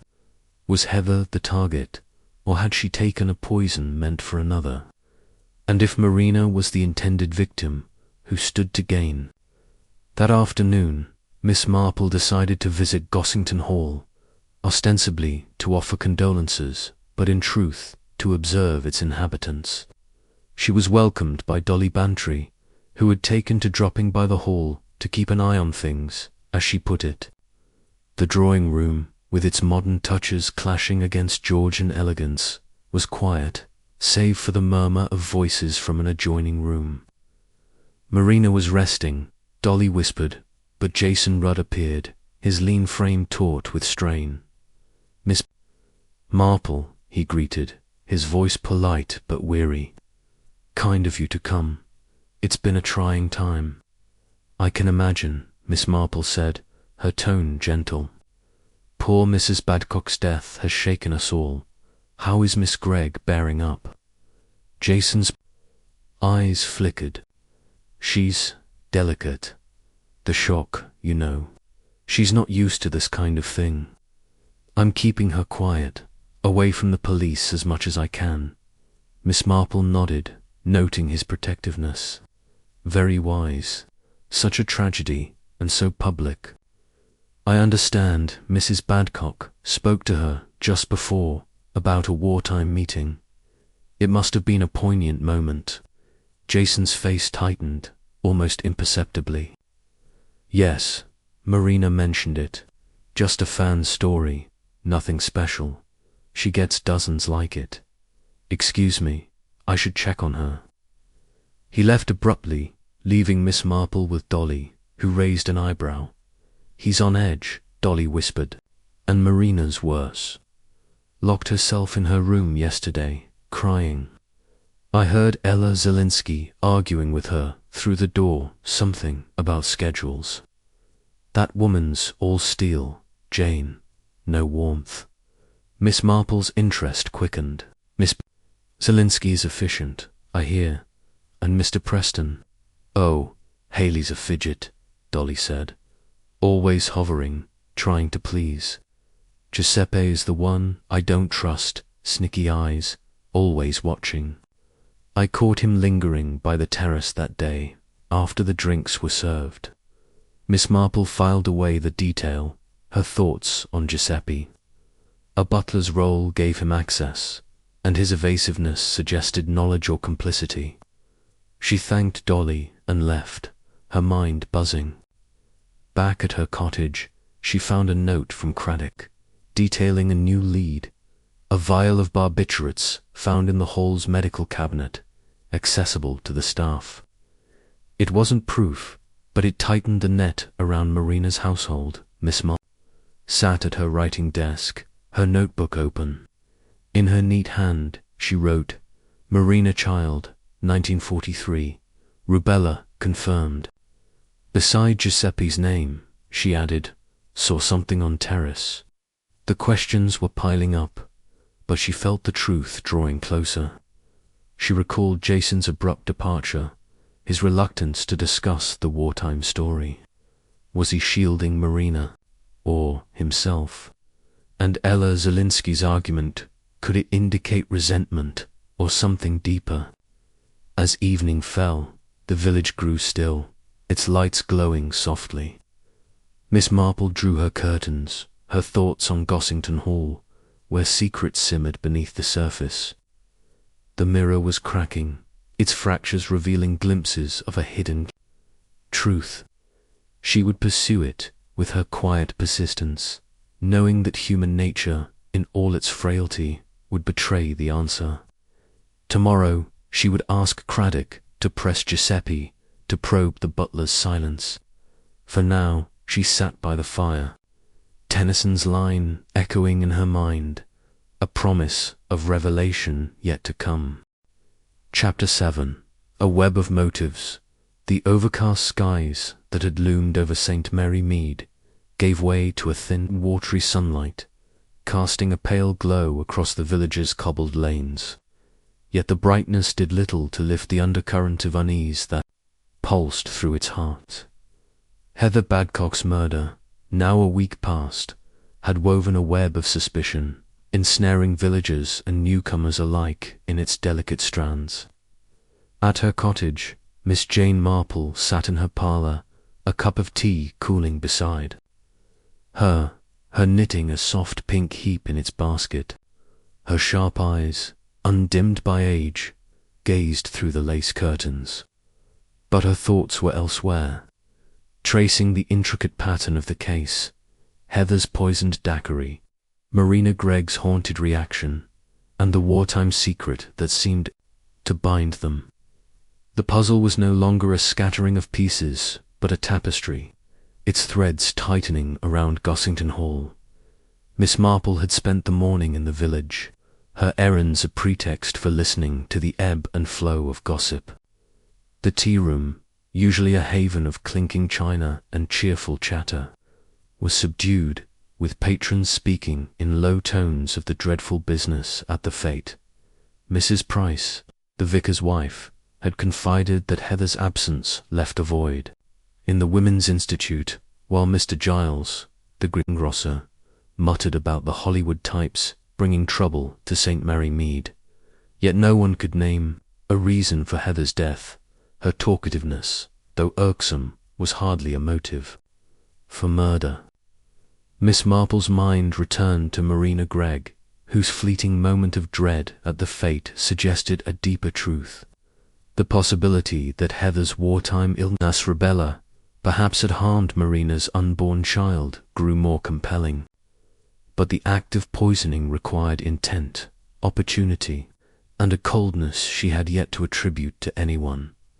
Inspector Dermot Craddock, meanwhile, was deep in the grind of investigation at Gossington Hall. The library, his command post, was a chaos of papers and photographs, the coroner's report a grim centerpiece. The barbiturate, traced to a vial in the hall's medical cabinet, was accessible to the household, but no fingerprints tied it to a single suspect. The drinks tray, served by Giuseppe and a local waiter, remained the focal point, yet guests Stafford only vague recollections of the crowded terrace. Craddock's interviews with Marina Gregg and Jason Rudd had yielded little. Marina's fragility and Rudd's protectiveness formed a wall he couldn't breach. Zielinski, Haley Preston, and Giuseppe were equally unforthcoming, their stories polished but lacking depth. Frustrated, Craddock turned to Miss Marple, whose village insights had a way of cutting through official dead ends. At 1 o'clock, Craddock arrived at Miss Marple's cottage, his sharp features etched with fatigue but lit by a spark of determination. Cherry, bustling with efficiency, showed him to the parlour, where a tray of tea and scones awaited. Miss Marple, seated by the fire, greeted him with a nod, her eyes bright with curiosity. "Inspector," she said, pouring tea with a steady hand, "you've the air of a man wrestling with a knot. Have you untangled anything new?" Craddock accepted a cup, settling into a chintz armchair. "Not much, Miss Marple, and that's the trouble. The poisoned source is clear barbiturates from the hall's cabinet, but no one's admitting to touching it. The tray's still our best bet, but it was chaos out there. Marina and Rudd are sticking to their story. They saw nothing, heard nothing. She's a wreck, barely leaves her room. Rudd's practically her jailer. The staff's no better Zielinski's, all business. Preston's a nervous wreck, and Giuseppe's dodging questions like a politician. What's the village got? Miss Marple sipped her tea, her expression thoughtful. The village is a chorus of sympathy and suspicion, Inspector, but no clarity. Heather was a force organizing, chattering, always in motion. Her devotion to Marina Gregg was her hallmark, those scrapbooks a shrine to her idol. The wartime stories she told at the fate sneaking out ill to see Marina perform as the thread we must follow. Marina's reaction was not indifference, but alarm, as if Heather's words opened an old wound. I've been thinking of rubella, Inspector. If Heather's illness harmed Marina's child, born all those years ago, it might explain her fear. Craddock's pen paused over his notebook. You're still on rubella. I've got news on that front. My man in London found records Marina was pregnant in 1943 during her second marriage. The child was born with severe disabilities, institutionalized shortly after. She's never acknowledged it publicly, and Rudd shuts down any mention. It fits your theory, but it's a long way. From motive to murder. Why now, after all this time? Miss Marple set down her cup, her voice soft but precise. Time, Inspector, does not erase guilt or fear. Marina's life is a carefully crafted illusion, glamour, success, adoration, a revelation about her. Child, linked to Heather's careless story, could shatter it. Suppose Heather, in her enthusiasm, began to connect her illness to Marina's tragedy. Or suppose Marina feared she might. The fate was public, the moment unguarded. Panic can drive desperate acts. Craddock leaned forward, intrigued. You're suggesting Marina poisoned Heather to silence her. It's possible, but the logistics are tricky. The tray was a free-for-all. How could she target Heather's glass? And if it was a mistake, as you've hinted, who was the real target? Miss Marple's lips curved faintly. I don't say it was Marina, Inspector, only that the possibility exists. The tray's chaos could indeed mask a mistake. Marina was the center of attention, her glass nearby. A poison meant for her could have reached Heather by error. The threatening letter you mentioned, have you learned more? Craddock flipped a page in his notebook. Not much. It's in evidence, typed, no signature. You'll pay for what you've done, it said. Marina got it 3 weeks ago, thought it was a crank. Rudd was more concerned, kept it from her at first. No leads on the sender, but it's got me thinking. If someone's after Marina, Heather's death could be collateral damage. Miss Marple nodded, her eyes distant. Collateral damage is a cold phrase, Inspector, but it fits. Heather was no one's enemy, yet she died. Marina, with her past, has enemies enough spurned, lovers, rivals, even those within her circle. The staff, Inspector, they are the key. Ella Zelensky's ambition, Haley Preston's nerves, Giuseppe's silence, they all bear watching. Craddock jotted a note, his expression wry. You've got a knack for pointing me where I'm already looking. I pressed Zelensky yesterday. She admitted she's fed up with Marina's demands, but swears she's loyal. Preston's a mess. Keeps contradicting himself about where he was on the terrace. Giuseppe's the worst, claims he was too busy serving to notice anything, but his eyes dart like he's hiding something. I'm digging into their pasts, especially Giuseppe's. He's got gaps in his history, Miss Marple folded her hands in her lap. Giuseppe interests me, Inspector. A butler is a shadow, present but unseen. If he saw the poison administered or suspected Marina, he might hold his tongue for reasons of his own. Loyalty, fear, or something darker. Have you searched his quarters? Craddock's brow rose. Not yet, but it's on the list. You think he's involved? I think, Inspector, that everyone in that house is involved, in their way, Miss Marple said softly. Motives are like weeds, they grow where least expected. Ella's resentment, Preston's fear, Giuseppe's secrecy, they are all threads in the web, and Marina, at the center, is both spider and prey. Craddock grinned. You're painting a grim picture, Miss Marple. I'll shake up the staff, see what falls out. Anything from the village. Miss Marple tilted her head. Only whispers, I'm afraid. Heather's scrapbooks, as you've seen, are a fan's obsession, but I'd look again at that autograph. Any notes she wrote about the naval base. She was a recorder. Inspector, her words may hold a clue she didn't know she possessed. And watch Marina's behavior. Her fragility may be genuine, or it may be a performance. Actresses, you know, live by their roles. Craddock rose, pocketing his notebook. I'll check the scrapbooks again and put pressure on Giuseppe. You're a marvel, Miss Marple. If you hear anything, you'll let me know. Of course, she said, her smile serene. But as Craddock left, her thoughts were far from calm. The mirror, as Tennyson's line echoed in her mind, was cracking further, its shards reflecting a web of motives she could almost trace. Marina's, past Heather's story, the poisoned glass, they were converging, but the act itself remained elusive. Was Heather the target, or had she died in Marina's place? And if so, who wielded the poison? That evening, the case took a darker turn. Craddock's sergeant, a steady man named Lake, telephoned Miss Marple with urgent news. Giuseppe, the butler, had vanished. He'd been seen leaving the hall at dusk, a small bag in hand, and hadn't returned. A search of his quarters revealed a note, scrawled in hasty Italian. I meddled where I shouldn't. Forgive me. By midnight, the news grew.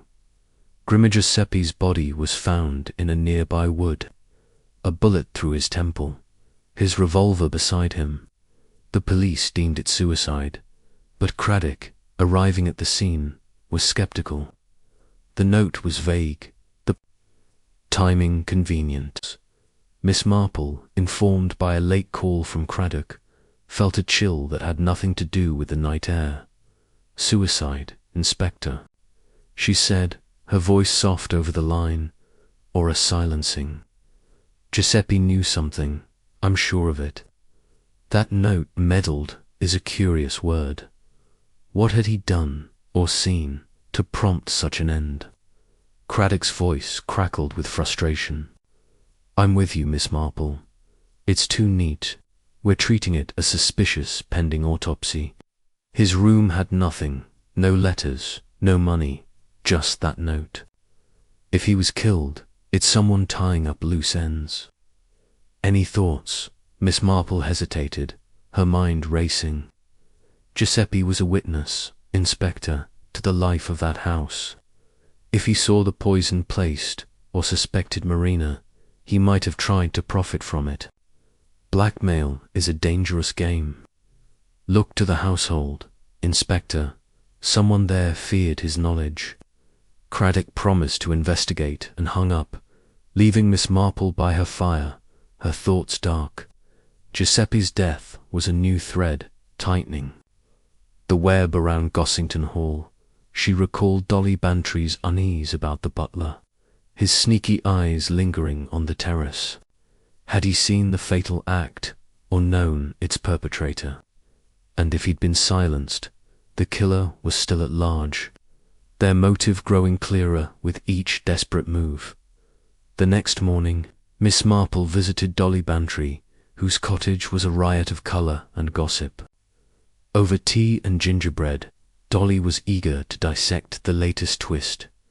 Giuseppe, dead. She exclaimed, slicing gingerbread with vigour. I knew he was troubled, Jane, always skulking about. Do you think he poisoned Heather, then shot himself, out of guilt? Miss Marple accepted a slice, her expression thoughtful. Guilt is a powerful force, Dolly, but I doubt it drove Giuseppe. That note meddled, suggests interference, perhaps an attempt to exploit what he knew. He was close to Marina, to the tray, to the secrets of that house. If he suspected her, or another, he may have paid the price. Dolly's eyes widened. You think someone killed him? Oh, Jane, it's like one of your novels. Who, then? Marina, Rudd. That cold fish, Zelensky. Miss Marple smiled faintly. I don't say who, Dolly, only that the web is tightening. Marina's fear, Giuseppe's death, Heather's poison, they are linked, I'm certain. The truth lies in what Giuseppe saw, or what he tried to use. We must wait for the police to learn more. Dolly leaned forward, intrigued. You're too calm, Jane. What's your next step? I have no steps, my dear, Miss Marple said, her tone light. I only watch and listen. The truth comes to those who are patient. But as she left Dolly's cottage, her mind was active, plotting her next move. Giuseppe's death was a warning, a sign that the killer was growing bold. She would ask Craddock to focus on the household, to probe Ella Zelensky's resentment and Haley Preston's fear. And Marina, at the center, was either victim or architect to question only time would answer. Back at her cottage, Miss Marple sat at her writing desk, her notebook open. In her neat hand, she wrote, Giuseppe blackmail, new poisoner. Beside Marina's name, she added, victim or perpetrator. The web was intricate, its strands crossing and recrossing, but she felt the truth drawing near. She recalled Tennyson's line, the mirror cracking from side to side, and sensed its prophecy nearing fulfillment. The village, quiet under its pale sun, held its breath, and Miss Marple, with her relentless patience, would unravel the motives that bound it. Chapter 8. The truth unraveled. The pale sunlight that had briefly graced St. Mary Mead had retreated, leaving a sky heavy with clouds that mirrored the village's somber mood. The shock of Giuseppe's death, following so closely on Heather Bad's murder, had tightened the grip of unease, and whispers of conspiracy now threaded through the village's quiet lanes. Miss Jane Marple, seated in her parlour with a shawl draped over her shoulders, gazed at the fire's low flicker, her knitting untouched. Her mind, sharp as a needle, wove through the intricate strands of the case. Heather's poisoned daiquiri, Marina Gregg's haunted expression, Giuseppe's cryptic note, and the wartime secret that bound them. The web of motives, once tangled, was beginning to unravel, and Miss Marple felt the truth within reach. Like a reflection clarifying in a mending mirror, the village, in the days since Giuseppe's body was found, had buzzed with speculation. The tea room, the post office, the church, Portugal, were stages for hushed debates. Was Giuseppe's death suicide, as the police first thought, or murder, as the note's ambiguity suggested? And what had he meddled in? Miss Marple, moving through her morning errands with her usual unhurried grace, had listened intently. Mrs. Jameson, the postmistress, spoke of Giuseppe's furtive manner at the fete, while Mr. Thomas, the baker, recalled his heavy drinking at the local pub, muttering in Italian about secrets. Yet no one connected the dots to Heather's death, save for Miss Marple, whose suspicions had crystallized around Marina Gregg. The film star's reaction to Heather's wartime story, her frozen dread, pointed to a hidden wound, one deepened by Rubella's tragic legacy. Giuseppe's death, Miss Marple believed, was no coincidence. He had known something, and that knowledge had cost him his life. Inspector Dermot Craddock, meanwhile, was grappling with a case that grew more labyrinthine by the day. At Hall, the library was a fortress of evidence, reports, photographs, and the troubling note from Giuseppe's room. The autopsy confirmed a bullet to the temple, but the angle and lack of powder burns raised doubts about suicide. The barbiturate vial, still unclaimed, loomed large, and Craddock's team had traced its type to prescriptions held by Marina Gregg, though accessible to the staff. The drinks tray remained the enigma, its chaos a perfect cloak for murder. Craddock's interviews with the household Marina, Jason Rudd, Ella Zielinski, Haley Preston had hit a wall of denials and deflections. Frustrated, he turned to Miss Marple, whose quiet logic had a way of piercing the fog. He arrived at her cottage just after noon, his sharp features taut with determination.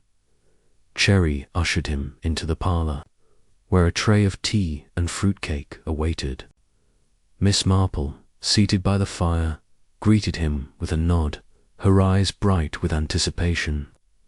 "Inspector," she said, pouring tea with steady hands, "you've the look of a man chasing a ghost. Have you news on Giuseppe's death?" Craddock settled into a chintz armchair, accepting a cup. "Plenty of news, Miss Marple, but it's a tangle. Giuseppe's death isn't suicide, we're sure of that now. The bullet's trajectory suggests someone else pulled the trigger, though staged to look self-inflicted. That note, 'I meddled where I shouldn't,' is our only clue, and it's maddeningly vague. The barbiturate vials, a match for Marina's. The prescription, but anyone in the house could have taken it. The tray's still a dead end. No one saw a thing. What's the village saying?" Miss Marple sipped her tea, her expression thoughtful. "The village is a cauldron of rumors, Inspector, but little substance. Giuseppe was noticed for his slyness, his tendency to linger where he wasn't needed. Some say he drank too much, spoke of secrets in his cups. I believe he saw something at the fete perhaps the poison being placed, or a gesture that betrayed the poisoner. His note suggests he tried to use that knowledge, and it led to his end. Have you searched his belongings further?" Craddock nodded, flipping a page in his notebook. "We turned his room upside down. Nothing but clothes, a few lira, and that. Note, no letters, no diary. If he was blackmailing someone, he kept it quiet. I'm leaning on the household. Marina's a wreck, Rudd's a bulldog, Zielinski's ice, Preston's a jittery mess. They're all hiding something, but I can't crack them. Your theory about Rubelini, more on that." Miss Marple set down her cup, her voice soft but precise. "It's more than a theory now, Inspector. Heather's wartime story sneaking out, ill, to see Marina performs the key. I've been thinking of rubella, a disease harmless to most, but catastrophic for a pregnant woman. If Marina was expecting in 1943, and Heather's illness caused harm to her child, the realization at the fete would have been a thunderbolt. Marina's reaction was not mere shock, but terror, as if Heather's words threatened to unravel her life. A child, born with disabilities, hidden away such a secret could destroy her." Craddock's pen paused, his eyes narrowing. "You're saying Marina poisoned Heather to silence her?" "It fits, but the mechanics are shaky. The tray was a... Could she ensure Heather got the poisoned glass? And Giuseppe, where does he fit?" Miss Marple's lips curved faintly. "I don't say she did it, Inspector, only that the motive is there. As for the tray, its chaos could hide intent or error. Suppose Marina meant to poison herself to escape the weight of her past, but Heather took the glass by mistake. Or suppose she targeted Heather, fearing her chatter would expose the truth. Giuseppe, I believe, saw something, perhaps Marina's hand near the tray, or a look that betrayed her. He meddled, perhaps by hinting at what he knew, and paid the price. Craddock leaned forward, intrigued. You're spinning a tight web, Miss Marple. Marina's prescription ties her to the poison, and her behaviour's fits, locking herself away. Rudd says it's her nerves, but I'm not so sure. I've got a witness, a villager, who saw Marina linger near the tray just before Heather took her drink. It's thin, but it's something. What about the staff? You've been keen on them. Miss Marple folded her hands in her lap. They are the undercurrents, Inspector. Ella Zelensky's ambition may mask resentment. She serves a woman whose life overshadows her own. Haley Preston's nervousness could hide guilt or fear of discovery. Giuseppe, we now know, was a danger to someone. His death suggests a killer tying up loose ends. Look to their interactions with Marina, Inspector. Tension in a household reveals much. Craddock jotted a note, his expression wry. You're a step ahead, as always. I pressed Zelensky. She admits she's tired of Marina's demands, but denies any ill will. Preston's story keeps shifting. He claims he was fetching ice when the drinks were served, but no one corroborates it. Giuseppe's death has them all on edge. I'm checking their finances, seeing if anyone was paid off or desperate. Anything from the village.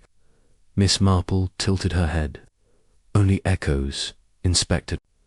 Heather's scrapbooks, as you've seen, are a fan's devotion, but I'd look again at her notes. Any mention of that naval base. She was a recorder, and recorders stumble on truths. And Marina's threatening letter, have you traced it further? Craddock flipped a page. Still a dead end. Typed, no prints. Posted locally, but no sender. It's got Marina spooked, though. She's convinced someone's after her, but Rudd downplays it. I'm starting to wonder if it's a red herring meant to distract us. Miss Marple's eyes gleamed. Distractions, Inspector, are often the killer's art.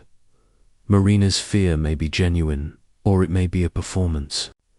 She is an actress, after all. Watch her closely, and Rudd, his devotion may blind him, or it may conceal complicity.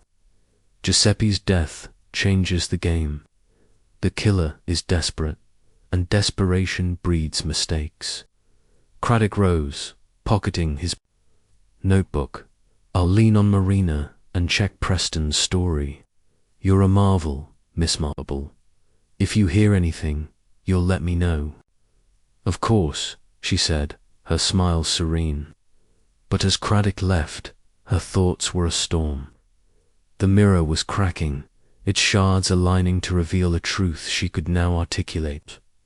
Marina Gregg, she was certain, had poisoned Heather Badcock not by mistake, but by design. The wartime story, with its rubella revelation, had threatened to expose a tragedy Marina had buried, a child born damaged, hidden from the world. Heather's chatter, innocent but relentless, had posed a risk Marina could not tolerate.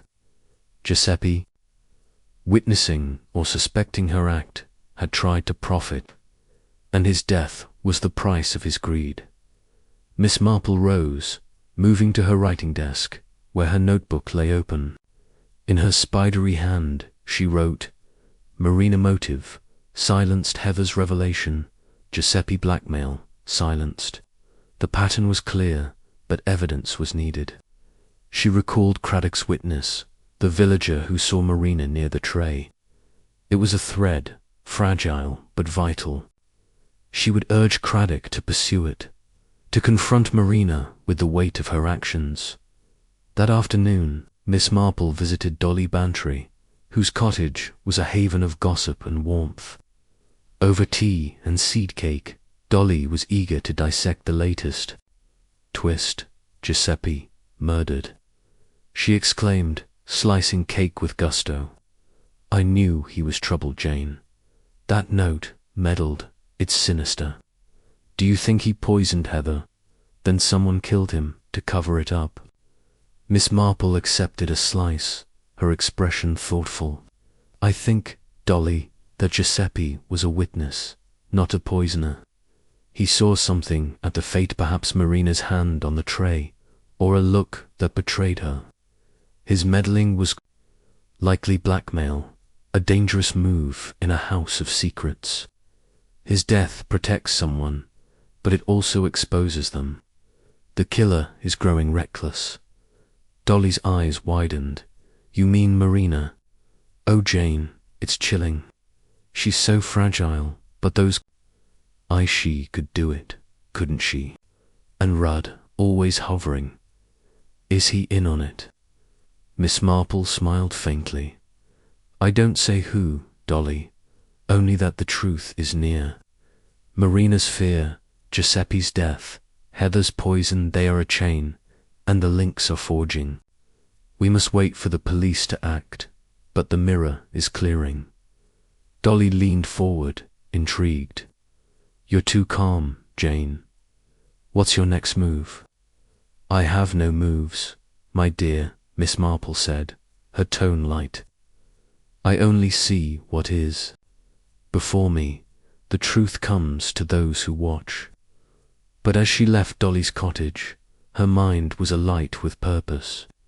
She would call Craddock that evening, urging him to confront Marina with the witness's testimony and the vial's connection.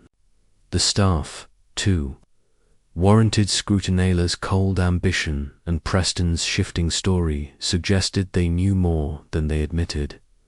By evening, Craddock acted.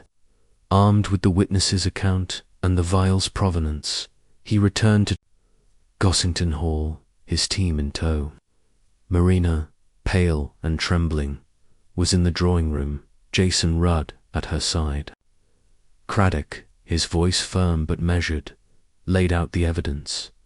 The villagers citing, the barbiturates from her prescription, her proximity to the tray. Miss Gregg, he said, Mrs. Badcock's story at the fete about meeting you. Ill during the war struck a nerve. We know about your child, born in 1943, and the harm rubella can do. Did you poison Hither to keep her quiet? Marina's face crumpled, her hands clutching Rudd's arm. No, she cried, her voice breaking. I couldn't. But her eyes, wide with panic, told a different story. Rudd, his face a mask of anguish, tried to intervene, but Marina, sobbing, began to speak, her words tumbling like a dam breaking. It was her, she whispered. Heather, she didn't know, but she did it. That day, at the base, she was sick, and I was carrying my baby. When she told me at the fete, I knew. Rubella ruined him, my child. I couldn't let her talk, not to the papers, not to anyone. They'd dig it up, destroy me. I put the pills in her drink. I didn't mean for Giuseppe, he saw me, asked for money. I panicked. I shot him. Rudd's face drained of colour, his voice a rasp. Marina stopped, but she shook. Her head, tears streaming. No, Jason, it's over. I'm tired of hiding. She turned to Craddock, her voice hollow. I did it, for my child, for my life. I'm sorry, Craddock, his expression grim, signalled his men. Marina was led away, her steps faltering, Rudd following, his devotion unshaken. Miss Marple, informed by a late call from Craddock, sat by her fire, her heart heavy. There was no triumph in the truth, only sorrow for the wreckage of human frailty. The village, as night fell, settled into silence, its lights dim under the clouded sky. Miss Marple drew her curtains, Tennyson's line echoing softly. The mirror cracked from side to side. The mirror was whole now, its truth laid bare, and she, with her quiet persistence, had seen it through. Tomorrow she would resume her knitting, but tonight She mourned the cost of secrets and the lives they claimed. Chapter 9. The Final Act. The heavy clouds that had shrouded St. Mary Mead parted at last, yielding to a tentative blue sky that seemed, for a moment, to promise renewal. Yet the village remained cloaked in a quiet unease, its lanes and cottages bearing the weight of recent tragedies: Heather Badcock's poisoning, Giuseppe's murder, and now Marina Gregg's shattering confession. The revelations at Gossington Hall had rippled outward, stirring whispers in the tea room and churchyard, where villagers grappled with the collision of Hollywood glamour and grim reality. Miss Jane Marple, seated in her parlour with a shawl about her shoulders, gazed at the pale sunlight filtering through her lace curtains. Her knitting, a soft pink skein, lay untouched, her thoughts weaving through the now-resolved mystery. Marina's desperate act, driven by a wartime secret, and the cascade of consequences that followed. The mirror, as Tennyson's line had foretold, had cracked, and its truth lay bare. But the cost was heavy, and Miss Marple felt no triumph, only a quiet sorrow for the frailties of human nature. The village, in the wake of Marina's arrest, was a study in contrasts, shock mingled with relief, curiosity tempered by pity. The postmistress, Mrs. Jameson, spoke of Marina's downfall with a shake of her head, while Mr. Thomas, the baker, muttered about the dangers of fame. "Brings nothing but trouble," he said, kneading dough with vigour.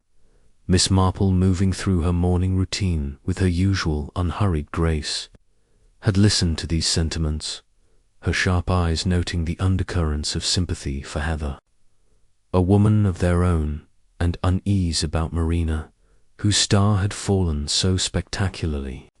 Yet Miss Marple's mind lingered on the details of the case, ensuring no thread remained loose. Marina's confession had tied the knot, but the motives and mechanics: Heather's death, Giuseppe's silencing, required reflection to ensure. The tapestry was complete.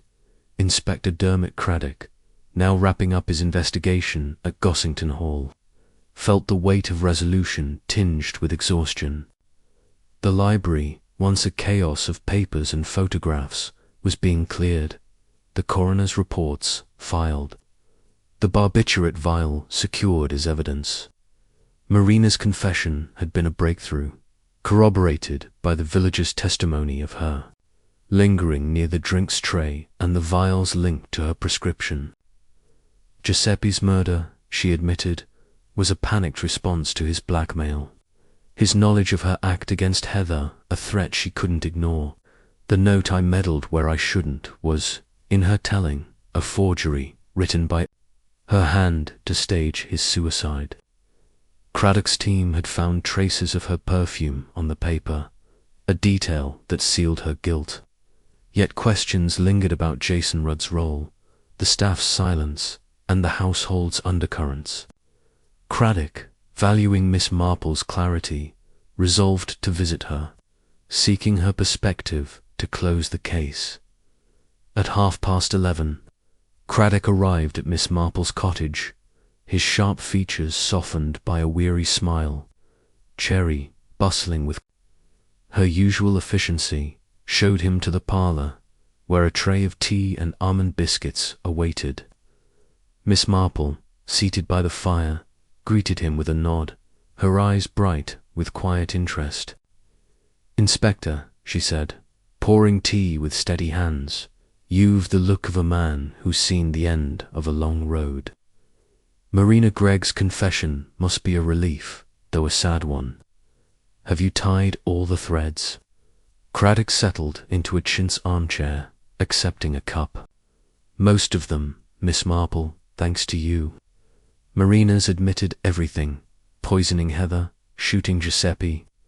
She says Heather's story about the wartime meeting, the rubella, hit her like a blow. She knew her child's disability stemmed from that illness, and when Heather spoke, oblivious at the fate, Marina feared she'd piece it together, talk to the press, ruin her. She crushed her pills into the daiquiri meant for Heather. Giuseppe saw her, tried to blackmail her, so she lured him to the wood and staged his suicide. We've got the vial, the witness, even her perfume on the note. It's airtight, but I'm uneasy. Rudd's to calm, and the staff Zielinski, Preston there, holding something back. What's the village saying? Miss Marple sipped her tea, her expression thoughtful. The village is a mix of pity and shock, Inspector. Heather is mourned as one of their own, a woman of heart, if not discretion. Marina's fall is a tragedy, her glamour tarnished by desperation. I've heard whispers of Giuseppe's slyness, his pub talk of secrets, but nothing new. Your evidence is compelling, yet I share your unease. Marina's confession explains much, but the household's silence, Rudd's devotion, coldness, Preston's nerves suggests layers we've not fully peeled. Have you questioned Rudd further? Craddock flipped a page in his notebook. I have, and he's a rock. Says he suspected nothing, that Marina's breakdowns blinded him to her actions. He's sticking by her, hiring lawyers, talking of diminished responsibility. I can't shake the feeling he knew more. Maybe not the act, but her state of mind. He's too controlled, like he's playing a part. Miss Marple nodded, her eyes distant. Devotion, Inspector, can be a mask. Jason Rudd lives for Marina. But that life may include shielding her secrets. Suppose he sensed her fear after Heather's story, saw her unraveling. He might not have known her plan, but his silence afterward speaks of loyalty or complicity. And the staff have, they offered anything since the confession. Craddock leaned forward, his voice low. Not much, and that's what bothers me. Zielinski's clammed up, says she was loyal to Marina, but not blind to her moods. Preston's a wreck, keeps babbling about being out of the loop. I pressed him on his shaky alibi. He said he was fetching ice, but no one saw him. Zielinski backed him up though, which feels convenient. I'm digging into their finances, seeing if Marina or Rudd paid them off. Your rubella theory was spat-on, by the way. We found a medical record in Marina's London files. Her child, born 1943, had congenital defects linked to rubella exposure. She never spoke of it, but it haunted her. Miss Marple set down her cup, her voice soft but precise. A haunting can drive desperate acts, Inspector. Marina's life was a performance, her child a hidden wound. Heather's story told so. Blithely was a spark to that tinder. Her confession rings true, but the household's reticence puzzles me. Zielinski's ambition, Preston's fear, they may not have acted, but they saw something. A glance, a whispered argument, a moment of panic. And Giuseppe, his blackmail suggests he knew Marina's guilt, but did he share that with anyone else? A household inspector is a microcosm of human nature, and nature abhors a vacuum. Craddock jotted a note, his expression wry. You're painting a dark picture, Miss Marple. I'll shake up Zielinski and Preston again, see if Marina's confession loosens their tongues. We've got enough to charge her murder for Heather, manslaughter at least for Giuseppe. But I want the full picture. What about Rudd? You think he's covering for her? Miss Marple folded her hands in her lap. I think, Inspector, that love is a powerful lens. It can blind, or it can sharpen. Rudd saw Marina's fragility, her fear after Heather's words. If he suspected her, he chose silence, perhaps to protect her or himself. His calmness now suggests control, not ignorance. Watch him, Inspector. And the staff press Preston. His nerves are a weak point. Zielinski. Loyalty may crack under scrutiny. The truth is out, but its echoes linger in that house. Craddock nodded, intrigued. You're a marvel, Miss Marple. I'll lean on Preston, check Rudd's story. Anything from the village I should know. Miss Marple tilted her head. Only murmurs, Inspector. The village pities Marina, but grieves. For Heather, whose only crime was her enthusiasm. I've heard no new gossip, but I'd look again at Heather's scrapbooks. She was meticulous in e-note. Any clipping from that wartime meeting might confirm Marina's motive. And Marina's threatening letter could. It had been her own creation to deflect suspicion. Craddock's brow rose. A fake letter. That's clever. It's in evidence, typed, no prints. I'll have it re-examined, see if it matches her. Typewriter, you've given me plenty to chew on, Miss Marple. I'll keep you posted. He rose, pocketing his notebook, and Miss Marple saw him out, her smile serene but her thoughts awhirl. The mirror had shattered, its truth revealed, but the ripples of Marina's act still stirred the waters. Rudd's devotion, Zielinski's silence, Preston's fear, they were loose ends. Not of guilt, but of complicity in a household built on secrets. Miss Marple felt the case was closed, yet her instinct urged caution. A final sweep to ensure no shadow lingered. That afternoon she visited Dolly Bantry, whose cottage was a riot of colour and chatter. Over tea and scones, Dolly was eager to dissect Marina's confession, her eyes wide with fascination. "Jane, it's like a film," she exclaimed, buttering a scone. "Marina, a murderess. I knew she was brittle, but poison. And Giuseppe, shot in the woods. I told Arthur Colonel Bantry, you know he says, it's sordid, but I can't stop thinking about it. Did she really do it, Jane? All for a secret?" Miss Marple accepted a scone, her expression thoughtful.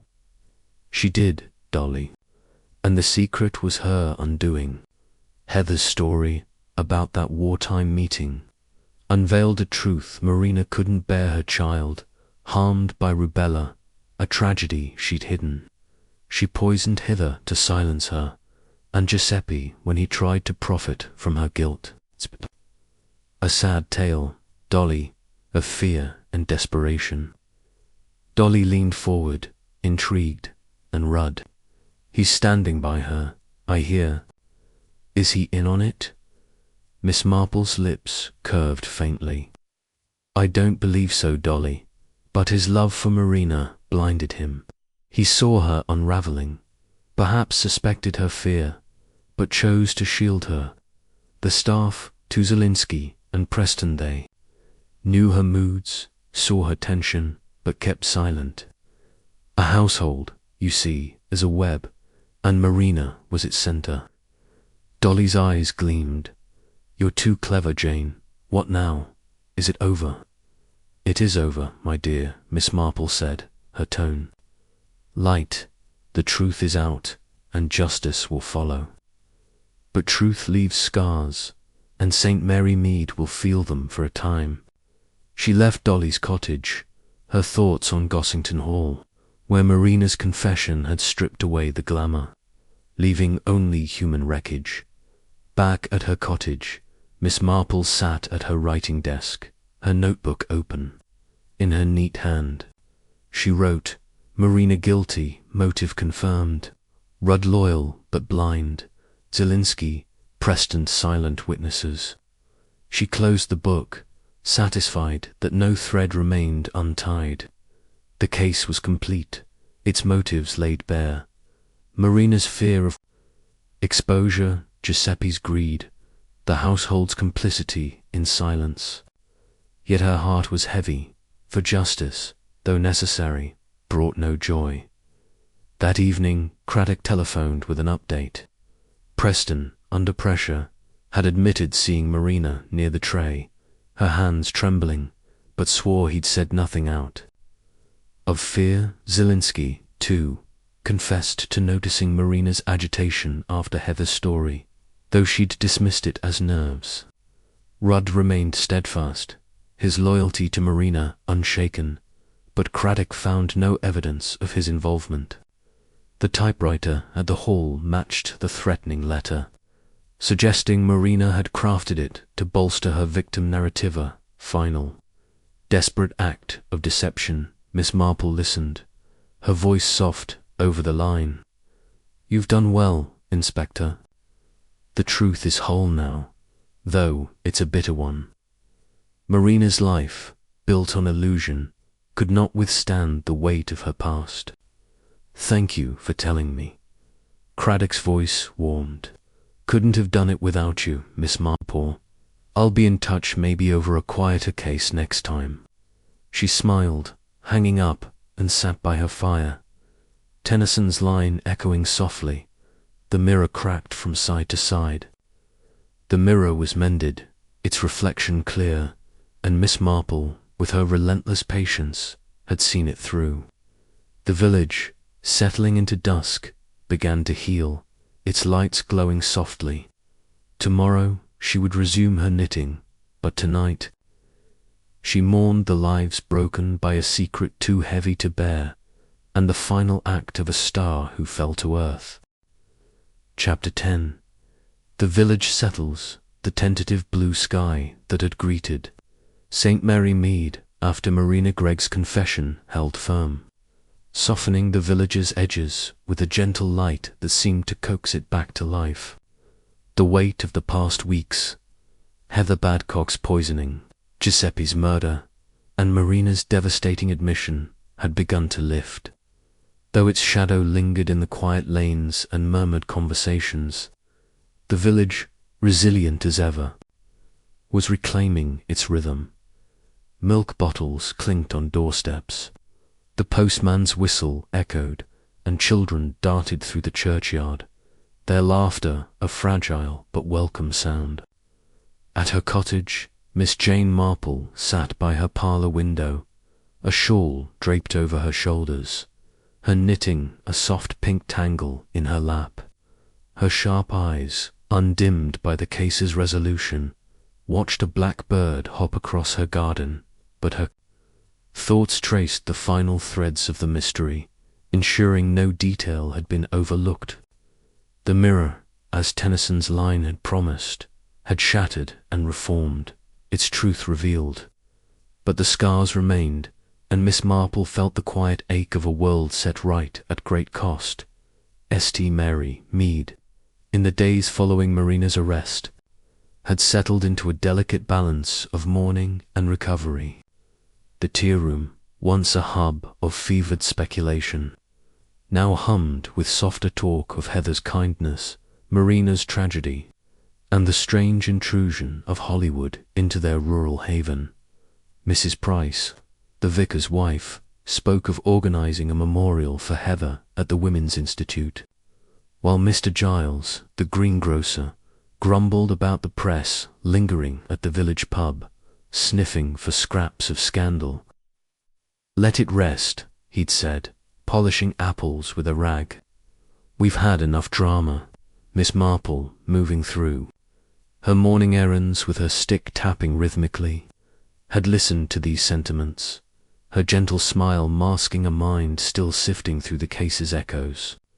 Marina's confession had closed the circled Heather's death to silence a wartime secret, Giuseppe's murder to bury her guilt, but Miss Marple sought to understand the human currents beneath, the ripples that shaped a village and its people.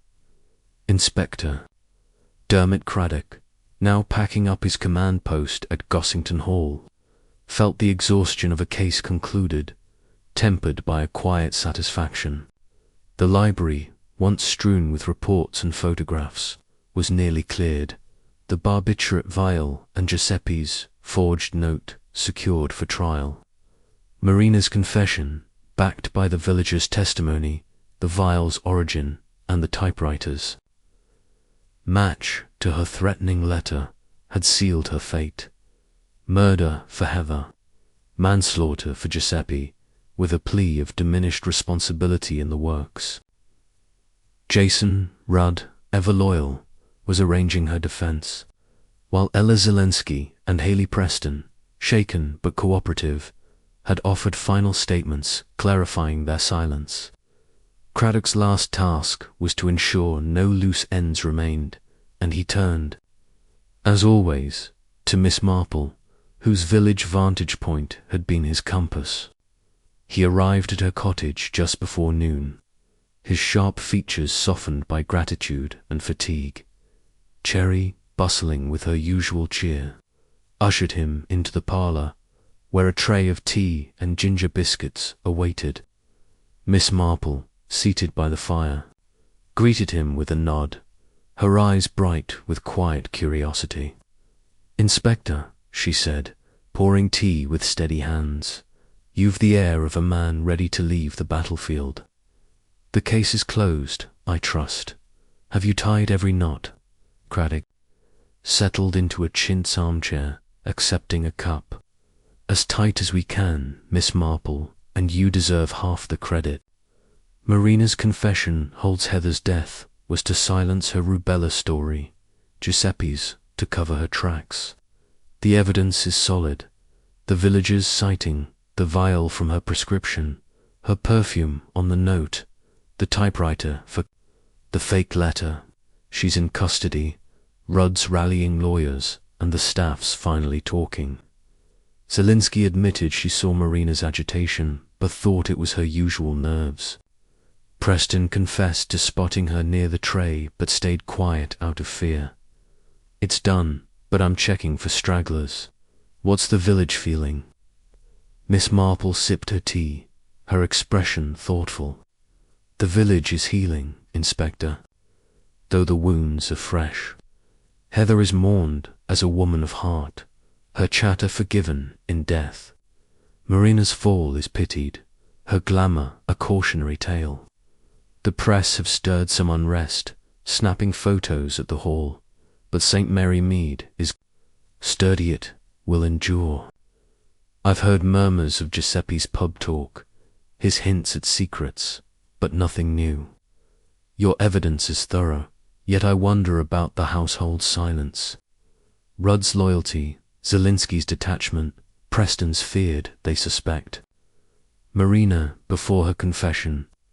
Craddock flipped a page in his notebook, his voice low. "That's what's kept me up. Rudd claims he was blind to her actions, too caught up in her breakdowns. I believe him. Mostly his shock when she confessed was raw. Zelensky says she noticed Marina's mood swings but chalked them up to stress. Preston's, the weak linky, saw her by the tray, hands shaking, but didn't speak until we pressed him. Fear, he says, of losing his job. I've checked their finances, no payoffs, but Zelensky's got savings, like she's planning a move. Preston's broke, which explains his nerves. Rudd's clean, just devoted to a fault." Miss Marple nodded, her eyes distant. "Devotion, Inspector, is a powerful force. It can shield truth or obscure it. Jason Rudd lived for Marina, saw her fragility after Heather's story. If he suspected her fear, he chose silence, perhaps to protect her spirit or their shared world. Zelensky and Preston, less bound by love, were bound by self-interest, jobs, stability, ambition. Their silence was not complicity but human caution, a reluctance to stir a hornet's nest. The household, you see, was a fragile ecosystem, and Marina's act disrupted it." Craddock leaned forward, intrigued. "You're saying they all knew, on some level? Not the murder, but her unraveling?" "People sense more than they admit, Inspector," Miss Marple said softly. "A household is a mirror, reflecting its tensions." Zelensky saw Marina's agitation, Preston her trembling hands, Rudd her despair. They didn't act, but they felt the shift, like animals before a storm. Marina's confession broke the spell, and their truths followed. Have you learned more of her child, the root of her fear? Craddock nodded, flipping a page. We dug deeper into her London records. The child, a boy, was born in 1943, blind and with severe developmental issues, linked to rubella exposure. He's been in a private facility since infancy, funded by Marina's trust, visited rarely. She buried it, but Heather's story, her illness at that naval base, cracked the dam. Marina told us she feared Heather would connect the dots, talk to the press, expose her. It wasn't just scandal, it was guilt eating her alive. Miss Marple set down her cup, her voice soft but precise. Guilt, Inspector, is a relentless master. Marina's life was a performance, her child a hidden wound she could neither heal nor forget. Heather's words, so innocent, were a spark. To that pain and fear drove her to act. Giuseppe's greed, sensing her guilt, sealed his fate. The household's silence was the final layer, a collective instinct to preserve their world. You've done well to unravel it, Inspector, but the cost is heavy.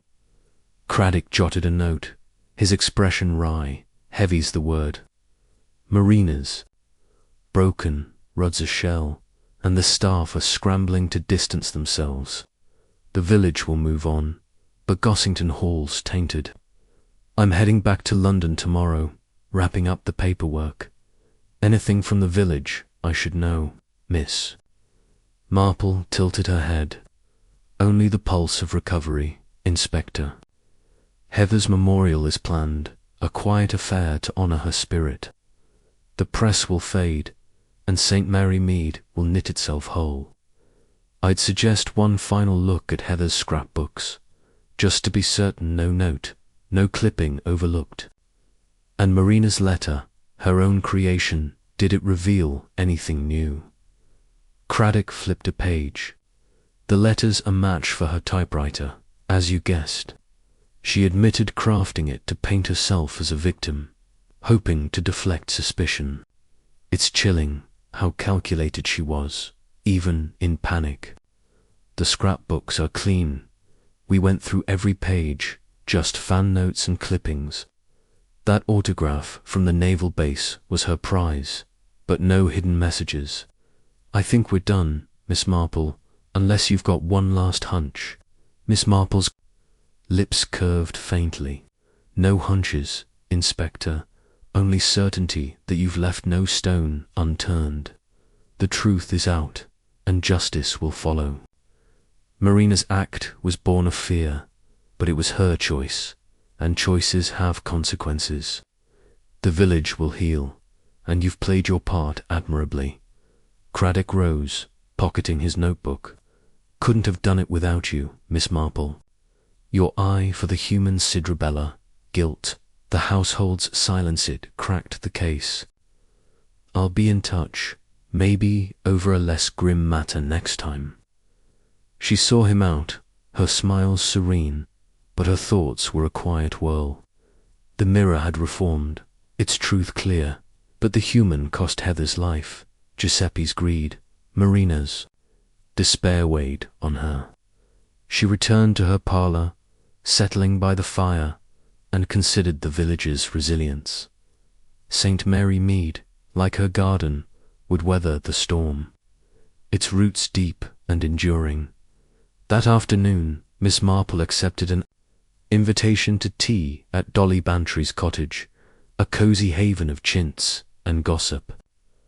Dolly, in a vibrant scarf and a mood to match, was eager to dissect the case's end, her eyes gleaming with curiosity. Over tea and fruitcake, she leaned forward, slicing cake with gusto. "Jane, it's over," she exclaimed. "Marina, eh? Murdries, I knew she was brittle, but poison, and then shooting Giuseppe. I told Arthur Colonel Bantry, you know, he says, it's tragic, but I can't stop thinking about it. Was it really all for her child?" Miss Marple accepted a slice, her expression thoughtful. It was Dolly and more. Marina's child, harmed by Heather's rubella, was a secret she buried deep. Heather's story at the fete, so innocently told, threatened to unearth its candle, yes, but also guilt, a mother's torment. She poisoned Heather to silence her, and Giuseppe when his blackmail grew bold. It's a sad tale, Dolly, of a woman undone by her own fears. Dolly's eyes widened and rud. He's still with her, I hear. Did he know? Miss Marple's lips curved faintly. I believe he didn't, Dolly, not the act itself. But he saw her unraveling, her fear after Heather's words. His love kept him silent, a shield for her fragility. The staff, to Zielinski's ambition, Preston's fear, they sensed the tension but held their tongues, preserving their place in her world. A household is a delicate thing. Dolly and Marina's broke under the strain. Dolly leaned forward, intrigued. You're too wise, Jane, and the village. Will we ever be the same? We will, my dear, Miss Marple said, her tone light. St. Mary Mead is like a river, it flows over stones, but it flows on. Heather's memory will endure. Marina's story will fade, and we'll find our peace. The truth is out, and that's enough. She left Dolly's cottage, her stick tapping the path, and walked home under the clearing sky. The village was stirring, its wounds knitting, and Miss Marple felt a quiet pride in its strength.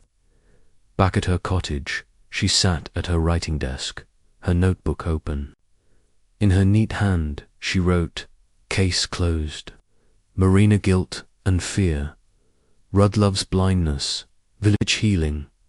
She closed the book, satisfied that no shadow lingered. That evening, she resumed her knitting, the pink shawl growing under her deft fingers. The fire crackled, the village settled into dusk, and Miss Marple, with her relentless patience, felt the world right itself. Tennyson's line echoed softly. The mirror cracked from side to side, but the mirror was whole now. Its truth a lesson in human frailty. St. Mary Mead would carry on, and she, its quiet sentinel, would watch, ready for the next ripple in its tranquil waters.